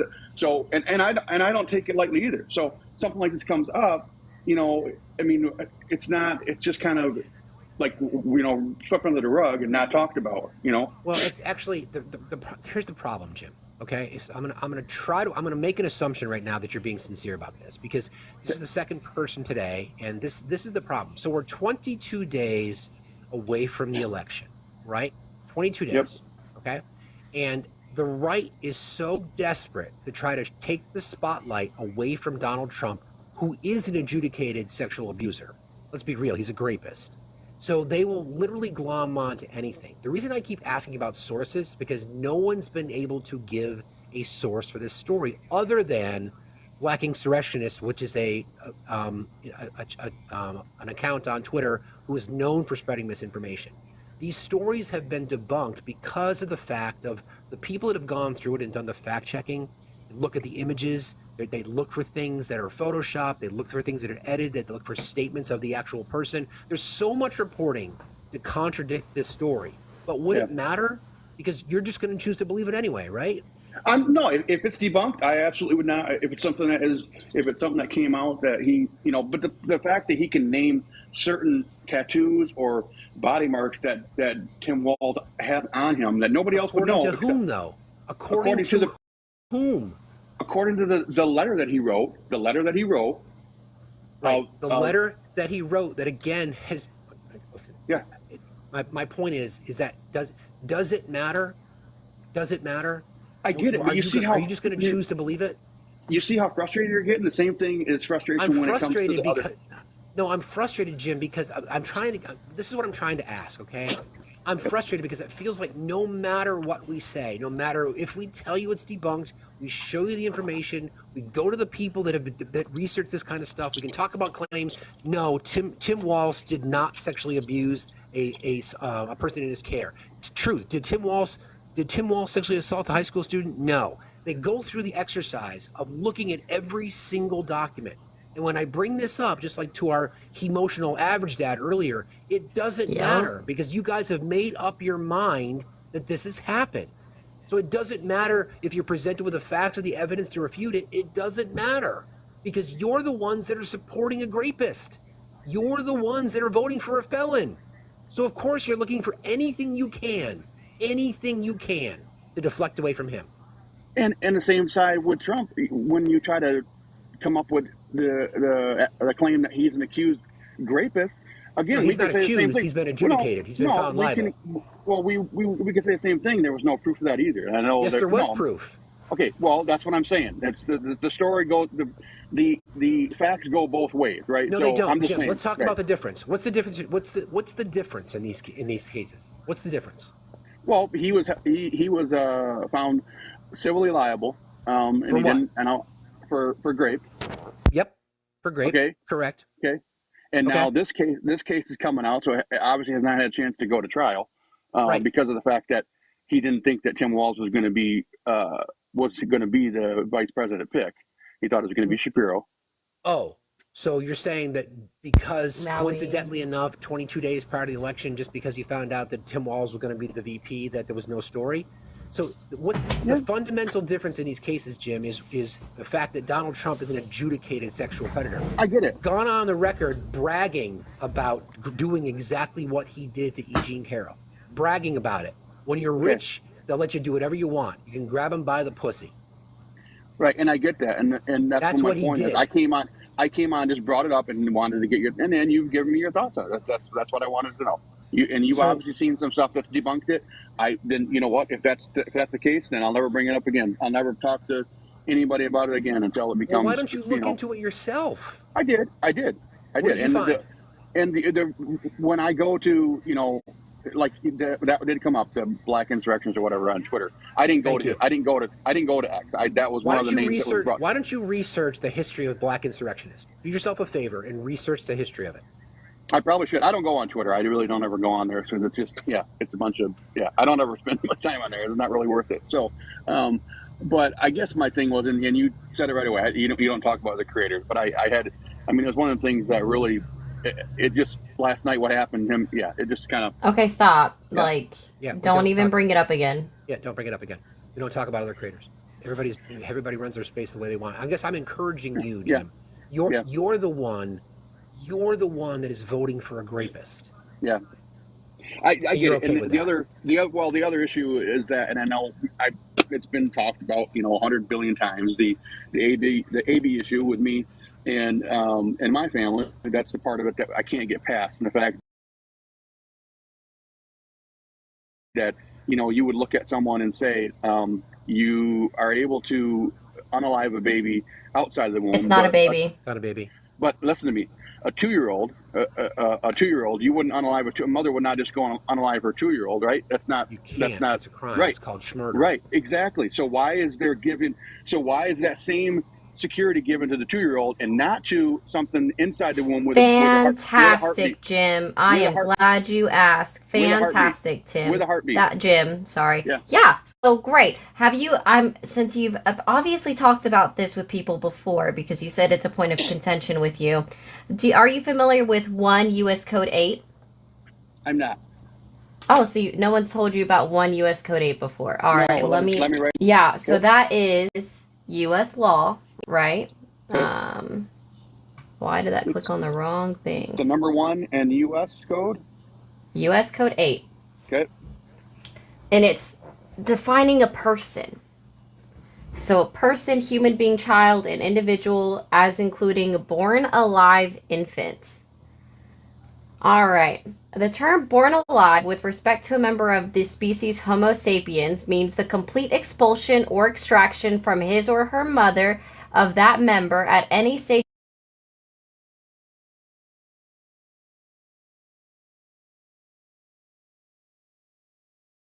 heart, pulsation of the umbilical cord, or definitive movement of voluntary muscles regardless of whether the umbilical cord has been cut and regardless of whether the expulsion or extraction occurs as a result of natural or induced labor, cesarean section, or induced abortion. Can you tell me when you earn your rights as a citizen in this country per the Constitution? I believe it's at first breath, or when you take your first breath. At birth, right. Yeah. So the 14th Amendment is at birth and naturalization. Yeah. So it's in the Constitution and it's also law. Thank you, Noel. Yeah. I understand your argument. I do. But the problem for me is that and this is my opinion, and it's probably opinion of a lot more than just me, but I don't believe that it is ever medically necessary to unalive a child in the womb. It is never medically necessary. Okay, fantastic. Are you aware then? There are 22 states in the great United States that have severe restrictions on AB care. 22, right? So then you have 28 that don't. So the 22 states that have severe restrictions, right? Their maternal mortality rate has increased 62% compared to the other 28 states. Okay. That's how pro-life you are. Because you don't believe that there's any reason, there's no medical reason that could be possibly unaliving a woman. That's literally your argument right there. Pregnancy is 100% dangerous 100% of the time for a woman. Do you know what preeclampsia is? Yeah, I do. Okay, so how the hell can you say that? Because you're not going to change my mind that the fact that unaliving a child fantastic. This is an educational live. This isn't just for you, Jim. So there are 1.2K people in here, which means I'm not just talking to you, but at this point I am going to be yelling at you because at this point you're just ignorant. I'm sorry. Well, no, because most of the people in here agree with you. That's why. So you're not No, really talking to not them. every. No, there's plenty of people that are calling me words in this chat already for I don't talking even. about I didn't this. read the chat, but that's just my opinion, and we're okay with. I'm okay with disagreeing with you, and you're okay with believing that I'm So, wrong. how do you Yeah. come across believing that AB is unaliving a child? Well, for me, because I'm a Christian, I believe that it is. Fantastic. Yeah. When does the Bible say that life begins? I'm sure you've heard this before, right? Yeah, So I when have. does life begin in the Bible? Genesis, right? At first breath? Okay, Yeah, great. sure. How about Numbers 5, 11 through 31, where it talks about the bitter waters and literally gives it a freaking way of having an abortion? Yeah, Your Bible but gives that's a not. recipe. That's not a recipe for abortion. You're taking that out of context anyway. So, but I the mean, other it's a part is recipe for a miscarriage, which do you know what the medical definition of a miscarriage is? Do you know what the medical definition of a miscarriage is? I don't know. No. A spontaneous abortion. So it is an abortion per the medical definition. So no, so you can say Numbers 5, 11 through 31 has nothing to do with abortion and it's about miscarriage. It's literally an abortion per the medical definition. Because there is nowhere in the Bible that says unaliving a fetus in the womb, with the fact that per your opinion, is ending a life. There is nowhere in the Bible that says that.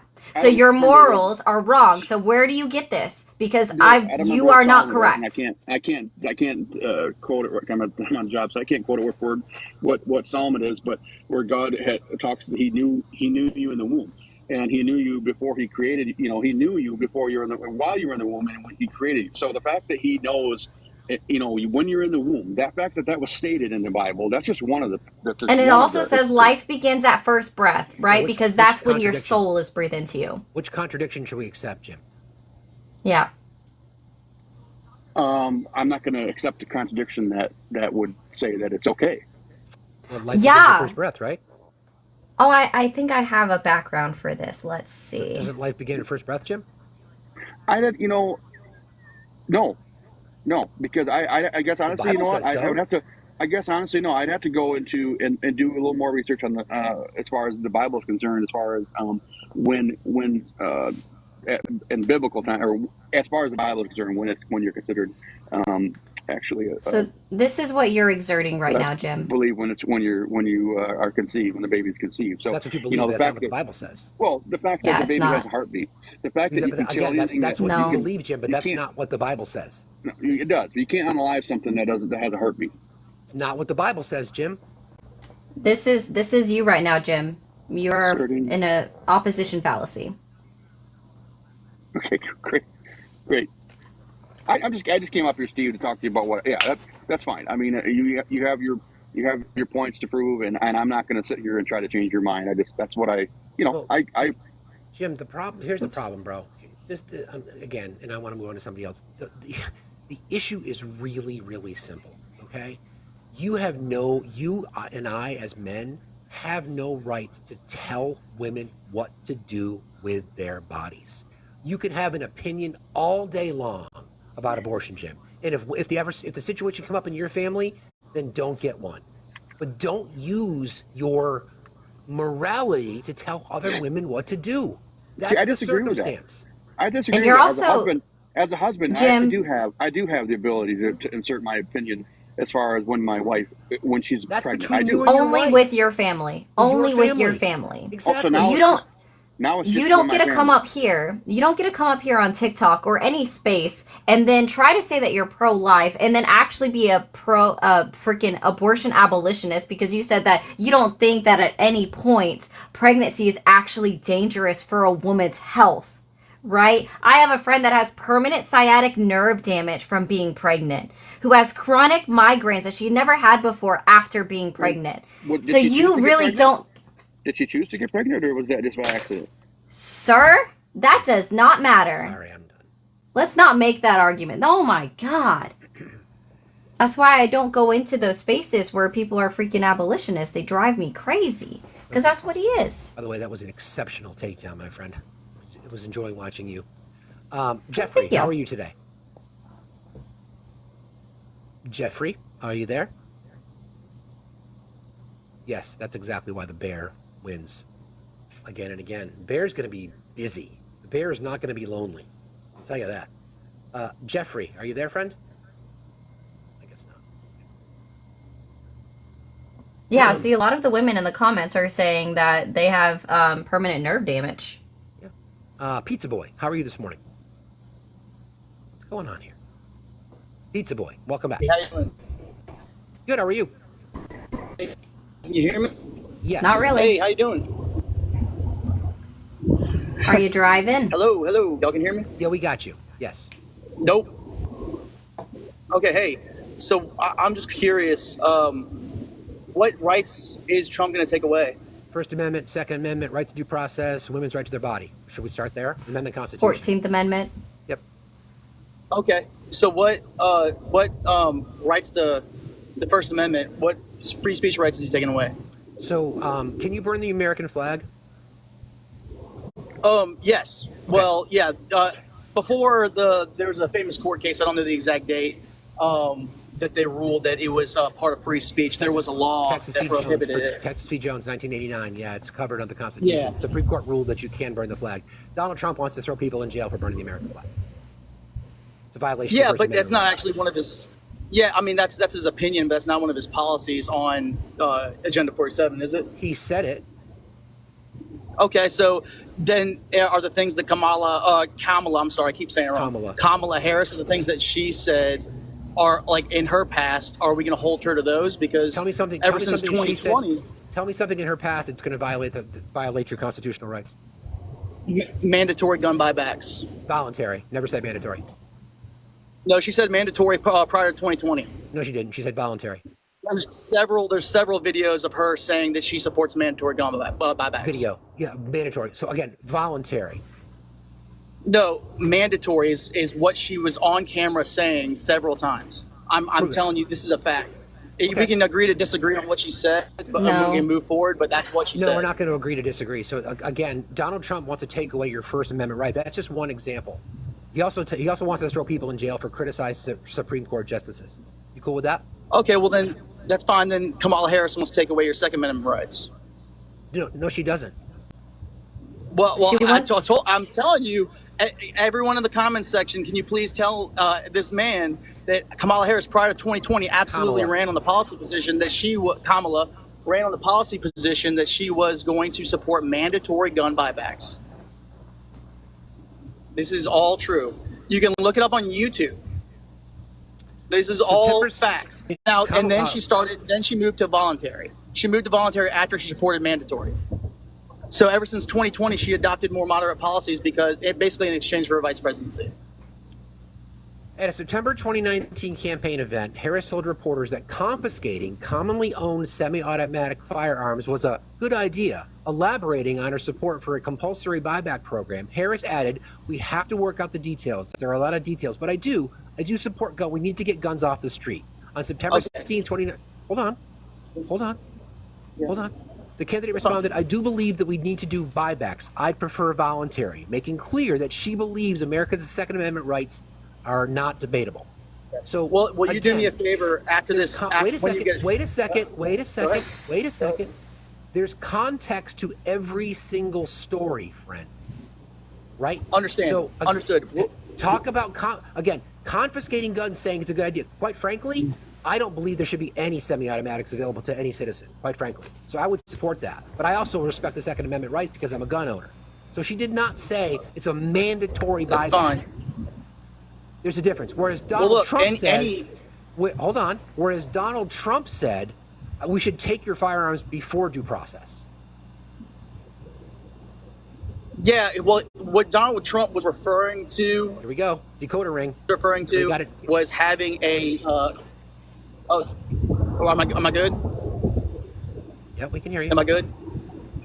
We can hear you. Yep. What Donald Trump was referring to, I believe, was a situation where you could get court approval, like a warrant to get someone's gun if could there be a plan. No, that would comport with due process. Yeah, but he's saying before due process. But he did say without due process. Yeah. He did say without due process specifically. I just don't think Donald Trump understands necessarily what he's saying. Oh, okay. So let's break this down, Pizza Boy. We added the nuance to Kamala Harris's quote, saying that she does not say, "Hey, we have to do this mandatory." That she thought it was a good idea, and then in context saying, "Well, I'm not conceding that." Well, I'm not asking you to concede. I'm just saying that there's a clear distinction between mandatory and voluntary, even in her own words. I even went back to the date that you gave me. Whereas Donald Trump said, we should take your firearms first and then go to court. So which one is in bigger violation of not only your Second Amendment rights, but your right to due process? Okay, well, first off, you said that Donald Trump is going to take away our rights, and then you're tacitly admitting that Kamala Harris supports policies that would violate our Second Amendment rights. Now you're saying one is more than the other. No, we're not pivoting. No, that is a pivot. No, you're the by definition a pivot. No, friend, you're the one that's making the claim that Kamala Harris said definitively mandatory buybacks. That's not what she said. Okay, that is not what she said. So then, do me a favor. Hold on. Do me a favor later on in your whole time Pizza and Boy, look for the clips of her saying that. Pizza Boy, stop talking. Whereas Donald Trump said, "We will take your firearms first and then go to court." That is a violation of your due process rights. He also said, "I'm going to put you in jail for burning the American flag." He also said, "I'm going to put you in jail if you criticize Supreme Court justices." He also wants to round up people in its mass deportation exercise, et cetera, et cetera, et cetera, et cetera. I would like you to go to search video anywhere. Search for videos of Kamala Harris saying that she supports mandatory gun buybacks. And if you find it, I would appreciate it if you would come on your platform that you've created. By the way, congratulations on all your success. I'm saying go look for the mandatory buybacks. It said it. And look, you know what? Your connection is horrible, man. She doesn't keep cutting out. But she did at the point. I just read it to you. I literally just read it to you, my guy. I just read it to you. Okay? So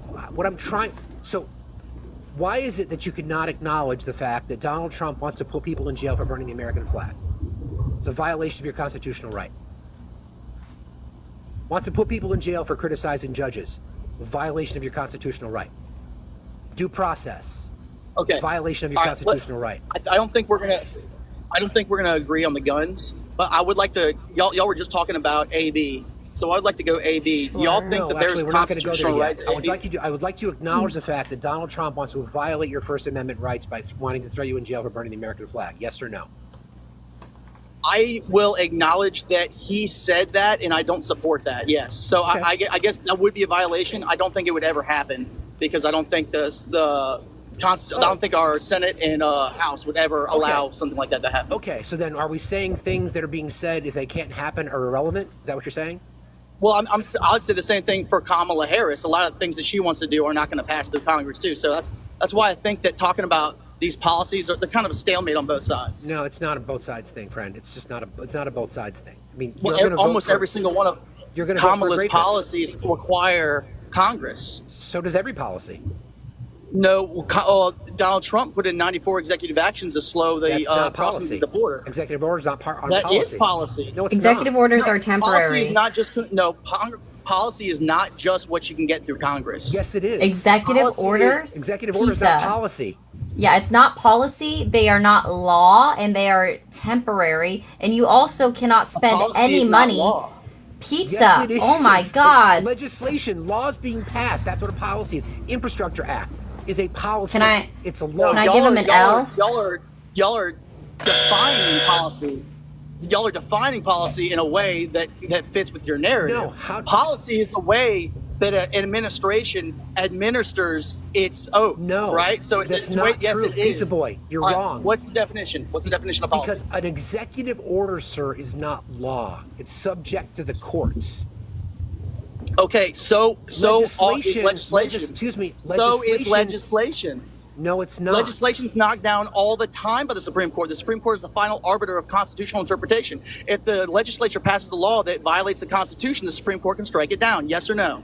Constitution law does not get passed if it's against the Constitution, friend. That Executive orders are. Oh my God! I can't believe we're having this exercise.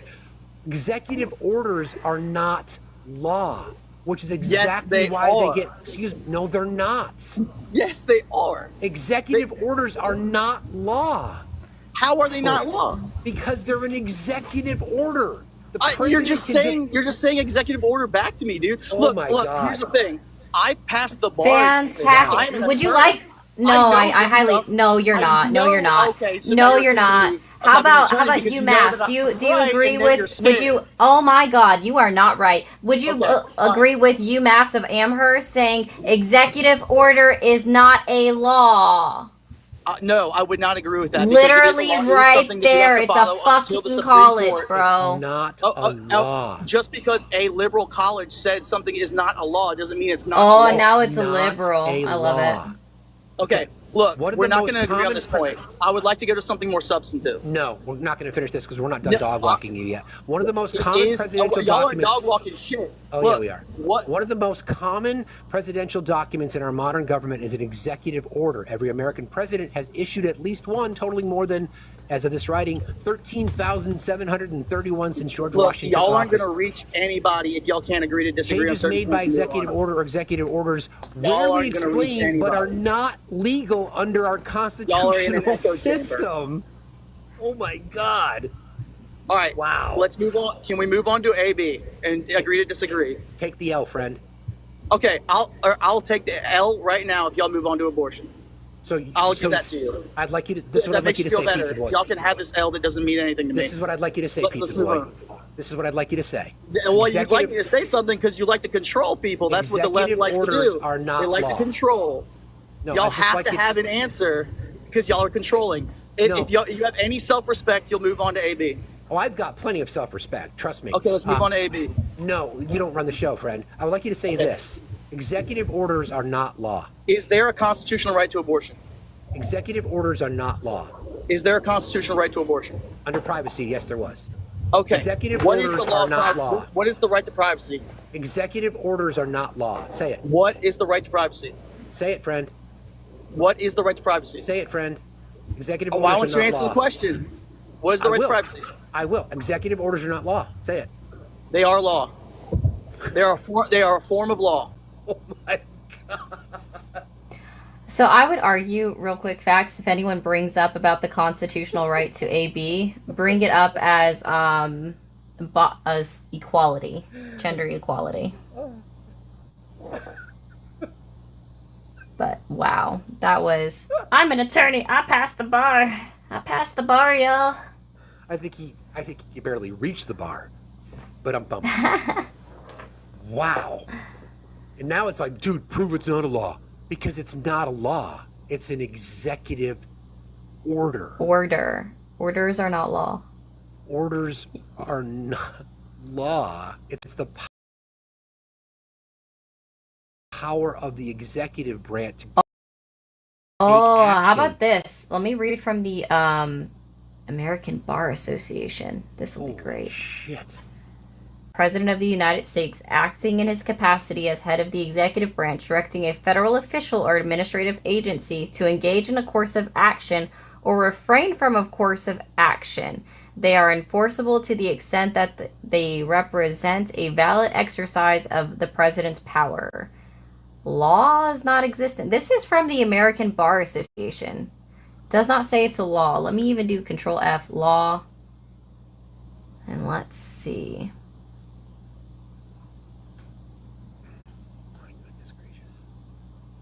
Hello, Faithful. Good morning, Rich. How are you today? Good morning. I'm well. How are you? Doing fine, thank you. What's on your mind? To the last guy, Pizza Boy's thing with regard to federal, with executive orders, they are not law, but they carry the same weight as a federal law. No, they don't. So, even though they're not technically a law, they carry the same weight as a No, they federal don't. law. Yes, No, they they do. don't. Yes, No, they they don't. absolutely do. No, they don't. It's a directive from the president, and it carries the same weight as a federal law. It does not. Absolutely. You want to know why it doesn't? We can give you an example. Go for it. We can give Give you me an example. Okay, so if it were law, right? If the executive order that Joe Biden signed into to help with the border, then it would not be subjective to ACLU review and thus repealed by the Supreme Court. Okay, A again, law. I'm not Hold on, saying let me it's a finish. law. Hey, let me finish. Let me finish. A law would be changing the border policy, changing the asylum law, changing our immigration system. Yeah, That would be a law. Okay, you're Mr. Know-It-All. I get it. No, I'm just smarter than you. No, you're wrong because it does carry the same weight as a federal law. Anyone can tell you that, and you're gonna just deny it. So that's cool. Let's go. It doesn't say that anywhere on the American Bar Association. What do you want to talk Give about? me an example. So give me an example, Rich. Give me an example, Mr. Smarty. I don't need to give you an example. You can't prove me wrong. I just. It doesn't say it anywhere on the American Bar Association that it carries the exact same weight. It doesn't say anywhere on the American Bar Association that it carries the exact same weight as a piece of legislation. So nowhere. Are we supposed to take your word for it, Rich? How about this? Give me an example. Give us an example of an executive order that carries the same weight as a law. For example, let's say when President Trump signed an executive order on Obamacare to allow federal agencies to take action consistent with law. What's that EO number? Unwarranted economic and regulatory burdens of the Affordable Care Act. What's the EO number? EO number. What's that? What is the EO number? I don't know that offhand. I don't have it in front of me. Oh, I'm not in front of a computer please. like you two are. You're the one that brought up the example. You're the one that gave it. Maybe you could have a little bit of information behind you. What would be the point of having laws that an executive order had the same? Answer this question. What would be the point of having laws, having to go through legislation to get laws passed, if the president could literally just say, this is the law, and it carries just as much weight? Look, even though an executive order can have basically the same effect as a federal law under certain. Answer my question, please. I didn't listen to your question, honestly. I know you didn't. Try again.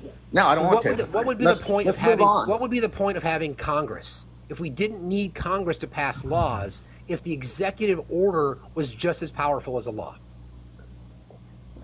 Here's one that I like, right? So this again is from the American Bar Association, where it says Congress has the power to overturn an executive order by passing legislation that invalidates it. Wow. Well, how about in when Abraham Lincoln suspended the writ of habeas corpus during the Civil War? That was an executive order, and it was considered a law. Can you answer my question, Rich? No, because your question is meaningless to me.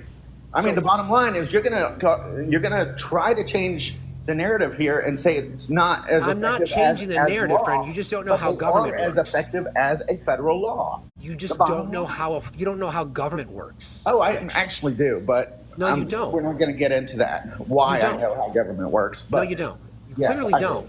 No, you don't. You clearly don't. So answer my question. Why would we need a legislative branch, Rich? If the president of the United States could just write executive orders to implement whatever they want, why would we need a legislative body? Because the bottom line is that the legislative body does create the laws, right? Correct. However, presidents can write executive orders. Yes, they can. Like law, and then Congress can vote in new laws to override that executive order. So therefore, then the law supersedes the executive order, which is exactly what we've been saying. If it's voted on, like I said, they have to make a law to change that executive order. Not just Congress, the Supreme Court can also overrule it as well. Of course the Supreme Court can. So then, again, executive order does not carry as much power as a law. What you're not getting the point is that they carry the same weight as federal law in most circumstances. Doesn't mean they can't be overturned by a Supreme Court or Congress, now just it's like most any other law. Would you like to talk to a lawyer? Hi again, Rollo. Hi, Rollo. Nice to see you again. Buddy. Hello, Christ. Good morning. So at this point, Rollo, we just gotta follow each other. Yeah, I agree. We're following each other anyways. So Rollo, Rich's claim is that we don't need a legislative body. I did not claim that. Did I claim that whatsoever? Well, I said you that. said executive orders carry the same weight as a federal law in most circumstances. Now you're adding most circumstances, so that's interesting that you. It depends on the situation. Gotcha. Absolutely. Okay. Rollo, would you like to help our friend out?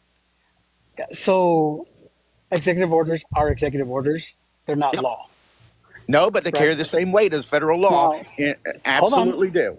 Hold on. I understand your point. Right. Now, when it comes to the implementation of executive orders, they go as far as the powers of the executive, right? So they can be implemented federally. So that's where you're getting that they carry as much weight as federal laws. In a sense, that might be true, but they're not. They're not laws. So okay. hold on. I'm hold not on, saying hold they're on, laws. hold on, Finish, hold Rich. on, Let him hold finish. On, hold on. You know, let me just finish and then we can continue with that. So, because they are executive orders, they can be challenged through the court systems, right? ACLU comes in, they find an argument that is unconstitutional, and then they get stayed for a long time. A lot of, so that you can't implement it, right? The Supreme Court can overturn how it, this all works. or I you understand can how it actually works. Let him finish, write. Rich. Let him finish. Okay, so in a sense, when you say that they carry as much weight as federal laws, I disagree with that to a certain point, because they can be overturned by a simple lawsuit. Right? But so can regular laws. The bottom line is you can overturn almost any law if it's unconstitutional, basically. I understand how that works. What I was trying to argue with the host is they do carry the same weight as a federal law, but yes, they can be overturned. I never said they couldn't be overturned or new laws written over that by But they don't Congress. carry the same weight, Rich, because they can be overturned by a law. But so can other another thing that laws. it could be It's the done is same thing. another.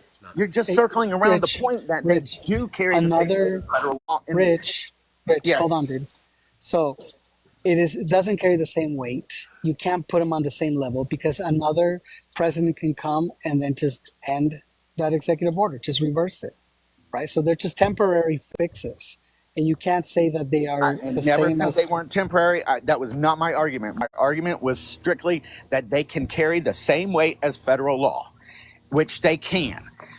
Can they be overturned? Absolutely. I never said they couldn't be overturned. I never said they were actual law. I said they carry the same weight as You federal actually law. did say that they were law. Yeah, you did. No, I did not say they were law. You said they were the Pizza same Boy- as law. I Rich, said you did. You said they oh my carry. God, they carry the same weight as federal law. You That's were what I literally said. I never said they were law. You piggybacked right off of what Pizza Boy said, God. and he's don't, like you were Rich. parroting. So if they carried the same weight, then why can one administration from the next just literally come in and tear up the previous Because that's the executive way order? that's the way the system was made. We know that they can be overturned, they can be challenged. We know that. Just like any actual law But written how by do you overturn a law? written in legislation can be overturned if it's unconstitutional. I mean, it's the same thing. You're arguing apples and oranges here. Then answer my question again. Why would we need a legislative branch? Oh my God, that's not what my point was. I know why we need the legislation. Why? And legislative. They are the ones that create the laws. They write the laws. They pass the laws. I understand that. My point was never about challenging why we need Congress and all that. My point was simply that federal law, or that executive orders carry the same weight as federal law until they're overturned or they're ended. Bottom line, they carry the same weight while they're enacted.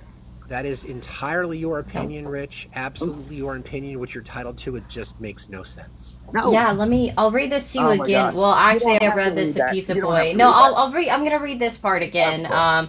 Executive orders are issued by the President of the United States acting in his capacity as head of the executive branch, directing a federal official or administrative agency to engage in a course of action or refrain from a course of action. So that means he only has jurisdiction over a singular federal official or a singular administrative agency. That is not law. And again, it carries the same weight as a federal law in that regard. How is that They're not more. carrying the Sorry, same? I'm Hold just on. done. I can't Hold on. anymore. It doesn't matter. Okay, It doesn't matter. yeah. It's just not worth it. So, Oh my God. all right. Well, I'm just gonna say it. What he's saying is that it carries the same weight, but it doesn't, because as Ari just pointed out, it is limited to their executive powers. Correct. Right? So they can't say through executive order, I now declare that AB is legal in all 50 states. Exactly. Right? Oh, That there's no way they can executive do that. order, yeah, that executive order is not going to fly, even if they try to pass it, because AB is not under the executive powers of all the different agencies. So while it does carry a federal effect, it's not a law or akin to any law. It is very limited, and it only carries weight in the executive branch.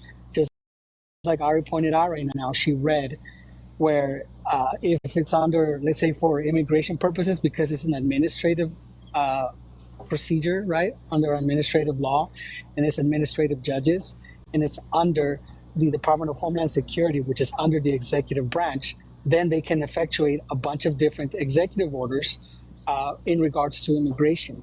But they can't do it in regards to AB or Second Amendment issues or stuff like that. So that's how it doesn't carry the same weight as federal law.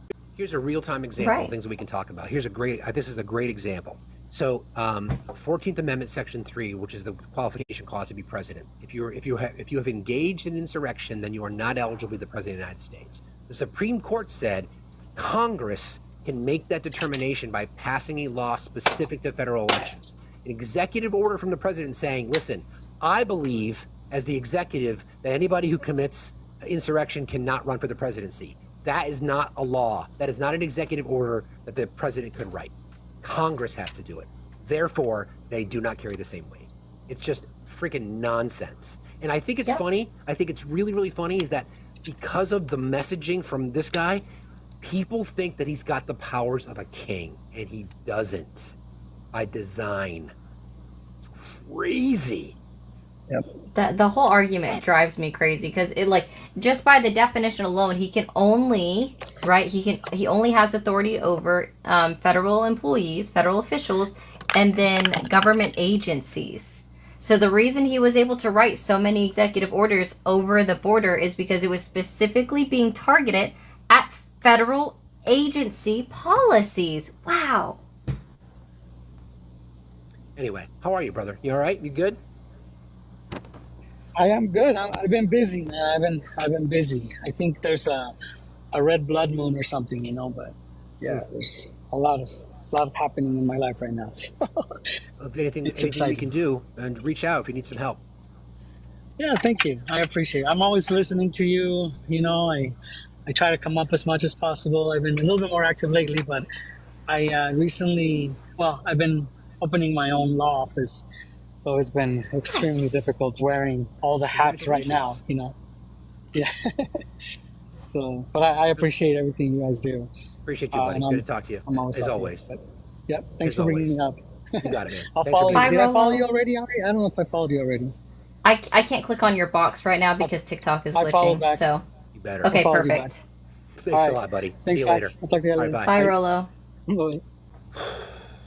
I think I've been up with him on Amanda's panel at least twice, and then it was just last night. So that's why I was like, at this point, you just really He's awesome. gotta come on in here. Just basic civics. My goodness gracious. Holy moly. Torian, how are you today? I'm doing good, sir. How are you? Doing fine, thank you. What's on your mind? I watch you all's live like every day while I'm at work. Thank you. But it's very. I'm just trying to figure out. I'm voting for Harris, by the way.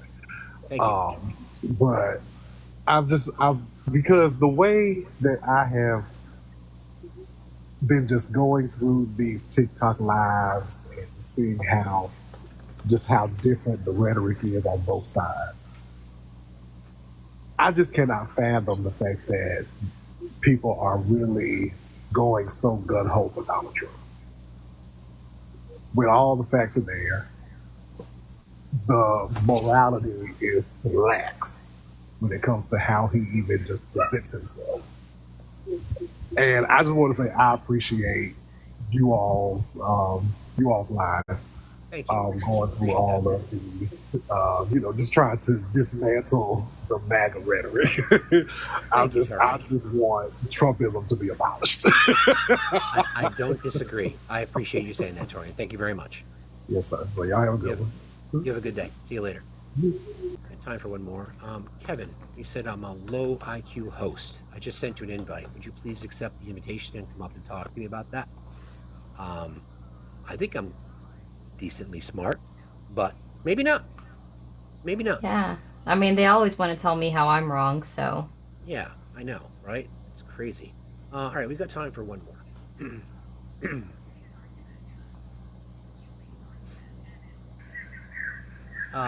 Shell, how are you today? Hello. Hi there. Can you hear me? Yes, got you. Yeah. I was just gonna say, if we don't get them out of this, if we don't get them out of there, our country's gonna be destroyed. Get who out of there? Them, Biden, Kamala, all of them. Kamala. I mean, they're not even helping those people that the whole towns were wiped out, and they're not even helping them. They're What state are you sending in, money. Sheila? Sheila, what state are you in? I'm in Arkansas. Great. So don't tell me. So in it. Sheila, don't tell me what the president is not doing for my state of North Carolina if you do not actively live here yourself. My daughter lives there. Okay. I'm sure she does. So Sheila, let me ask you a question. Why is it the Republican governors and Republican members of Congress have all said that the Biden and Harris administration has been incredibly helpful during the hurricanes? Why is that? What have they done? I'm asking you, why would the governors, so Brian Kemp, who's the governor of Georgia, who's not a big fan of Joe Biden, commended the president for what he did and how available he was and for asking and for offering assistance. Why would they say that if nothing is happening? I guess to get a vote, because there ain't nothing happening.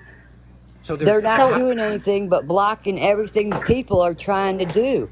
But the how do you know citizens that? are trying to get them help because Yeah, they let me won't explain help that to you, Sheila. Sheila, since you are all the way in Arkansas and you've never experienced a hurricane, thank goodness for you, you've never experienced one in Arkansas. See, here's the thing. When a hurricane comes through and you have all that water, what happens to the roads is they're basically sponges, which means it's extremely unsafe to drive over. Right? So what we're doing in North Carolina, that's why everyone's flying in, because they can't drive there. Are you aware? So you said your daughter's in North Carolina, so tell me, who's the governor of my state? You should know. Your daughter's here. You should know. Well, I'll ask her.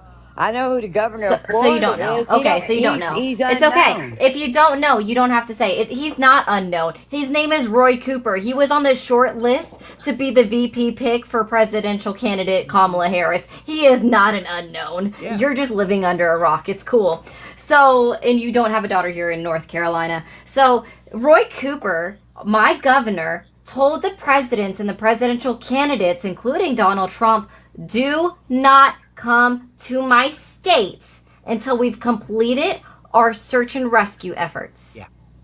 Right? Because it's an issue. We've had two of my Congress people that have had to come out, a Democrat and a Republican, that have had to come out to stop the spread of misinformation that's going around about the recovery efforts in my state, including trying to say that the Democrats create hurricanes because they never knew that they would have to say something so asinine. Right? A Democrat and a Republican. They have weather modification. Sheila, you don't believe that? Listen for a with second. the technology they have. Conspiracy What did you theories. say? This is cloud seeding. Are you ready? Oh. My goodness. Can I borrow some tinfoil, Sheila? Holy shit. Yeah, that Today was the something. day. It's a Monday. Well, I want to thank you for doing this. I hope you'll come back. Oh yeah, of course. Any day you want me. I know we already talked about Monday, so I definitely am up for next Monday. But if you want another day, you let me know. Love Mondays. So as we always do, who's ever left on the panel gets last words. So what would you like to say, either in closing for today's live or just in general? Y'all, if you are on the fence, just vote for Kamala Harris because we don't need a repeat. And by the way, for everyone that is on the right, Democrats own pew pews. Yes, we do. So, vote blue. Thank you, everybody. I appreciate you very, very much. If you have a chance, you haven't yet, head on over to our YouTube while the stream is still up. I'll leave it up over there for just a couple minutes. Like, subscribe to the YouTube channel. Appreciate you. I have an incredible team that helps keep this whole show running. We've had some people on our team that have had tough days. For those of you who have ever wanted to be a mod before, or who know mods, or go to lives and enjoy what you see, it's because of the mods. So please send them some love whenever you can. Thank you, everybody, for being here. And as a reminder, we have the link to our Discord is in our channel. Please consider joining our team, because this is where we kind of get updates and we sort of keep everybody abreast of what we're doing. We're going to raid our friend Pickles. Head on over to Pickles, tell him we sent you, and we'll see you back here tomorrow morning, 8 a.m. Eastern time. Yeah, let's bring that up on the big screen so we can show you exactly what it is Let me flip my camera then. So we know exactly. This kid, there his username. He is awesome. He is awesome. Go raid Pickles GGS. Go raid Pickles.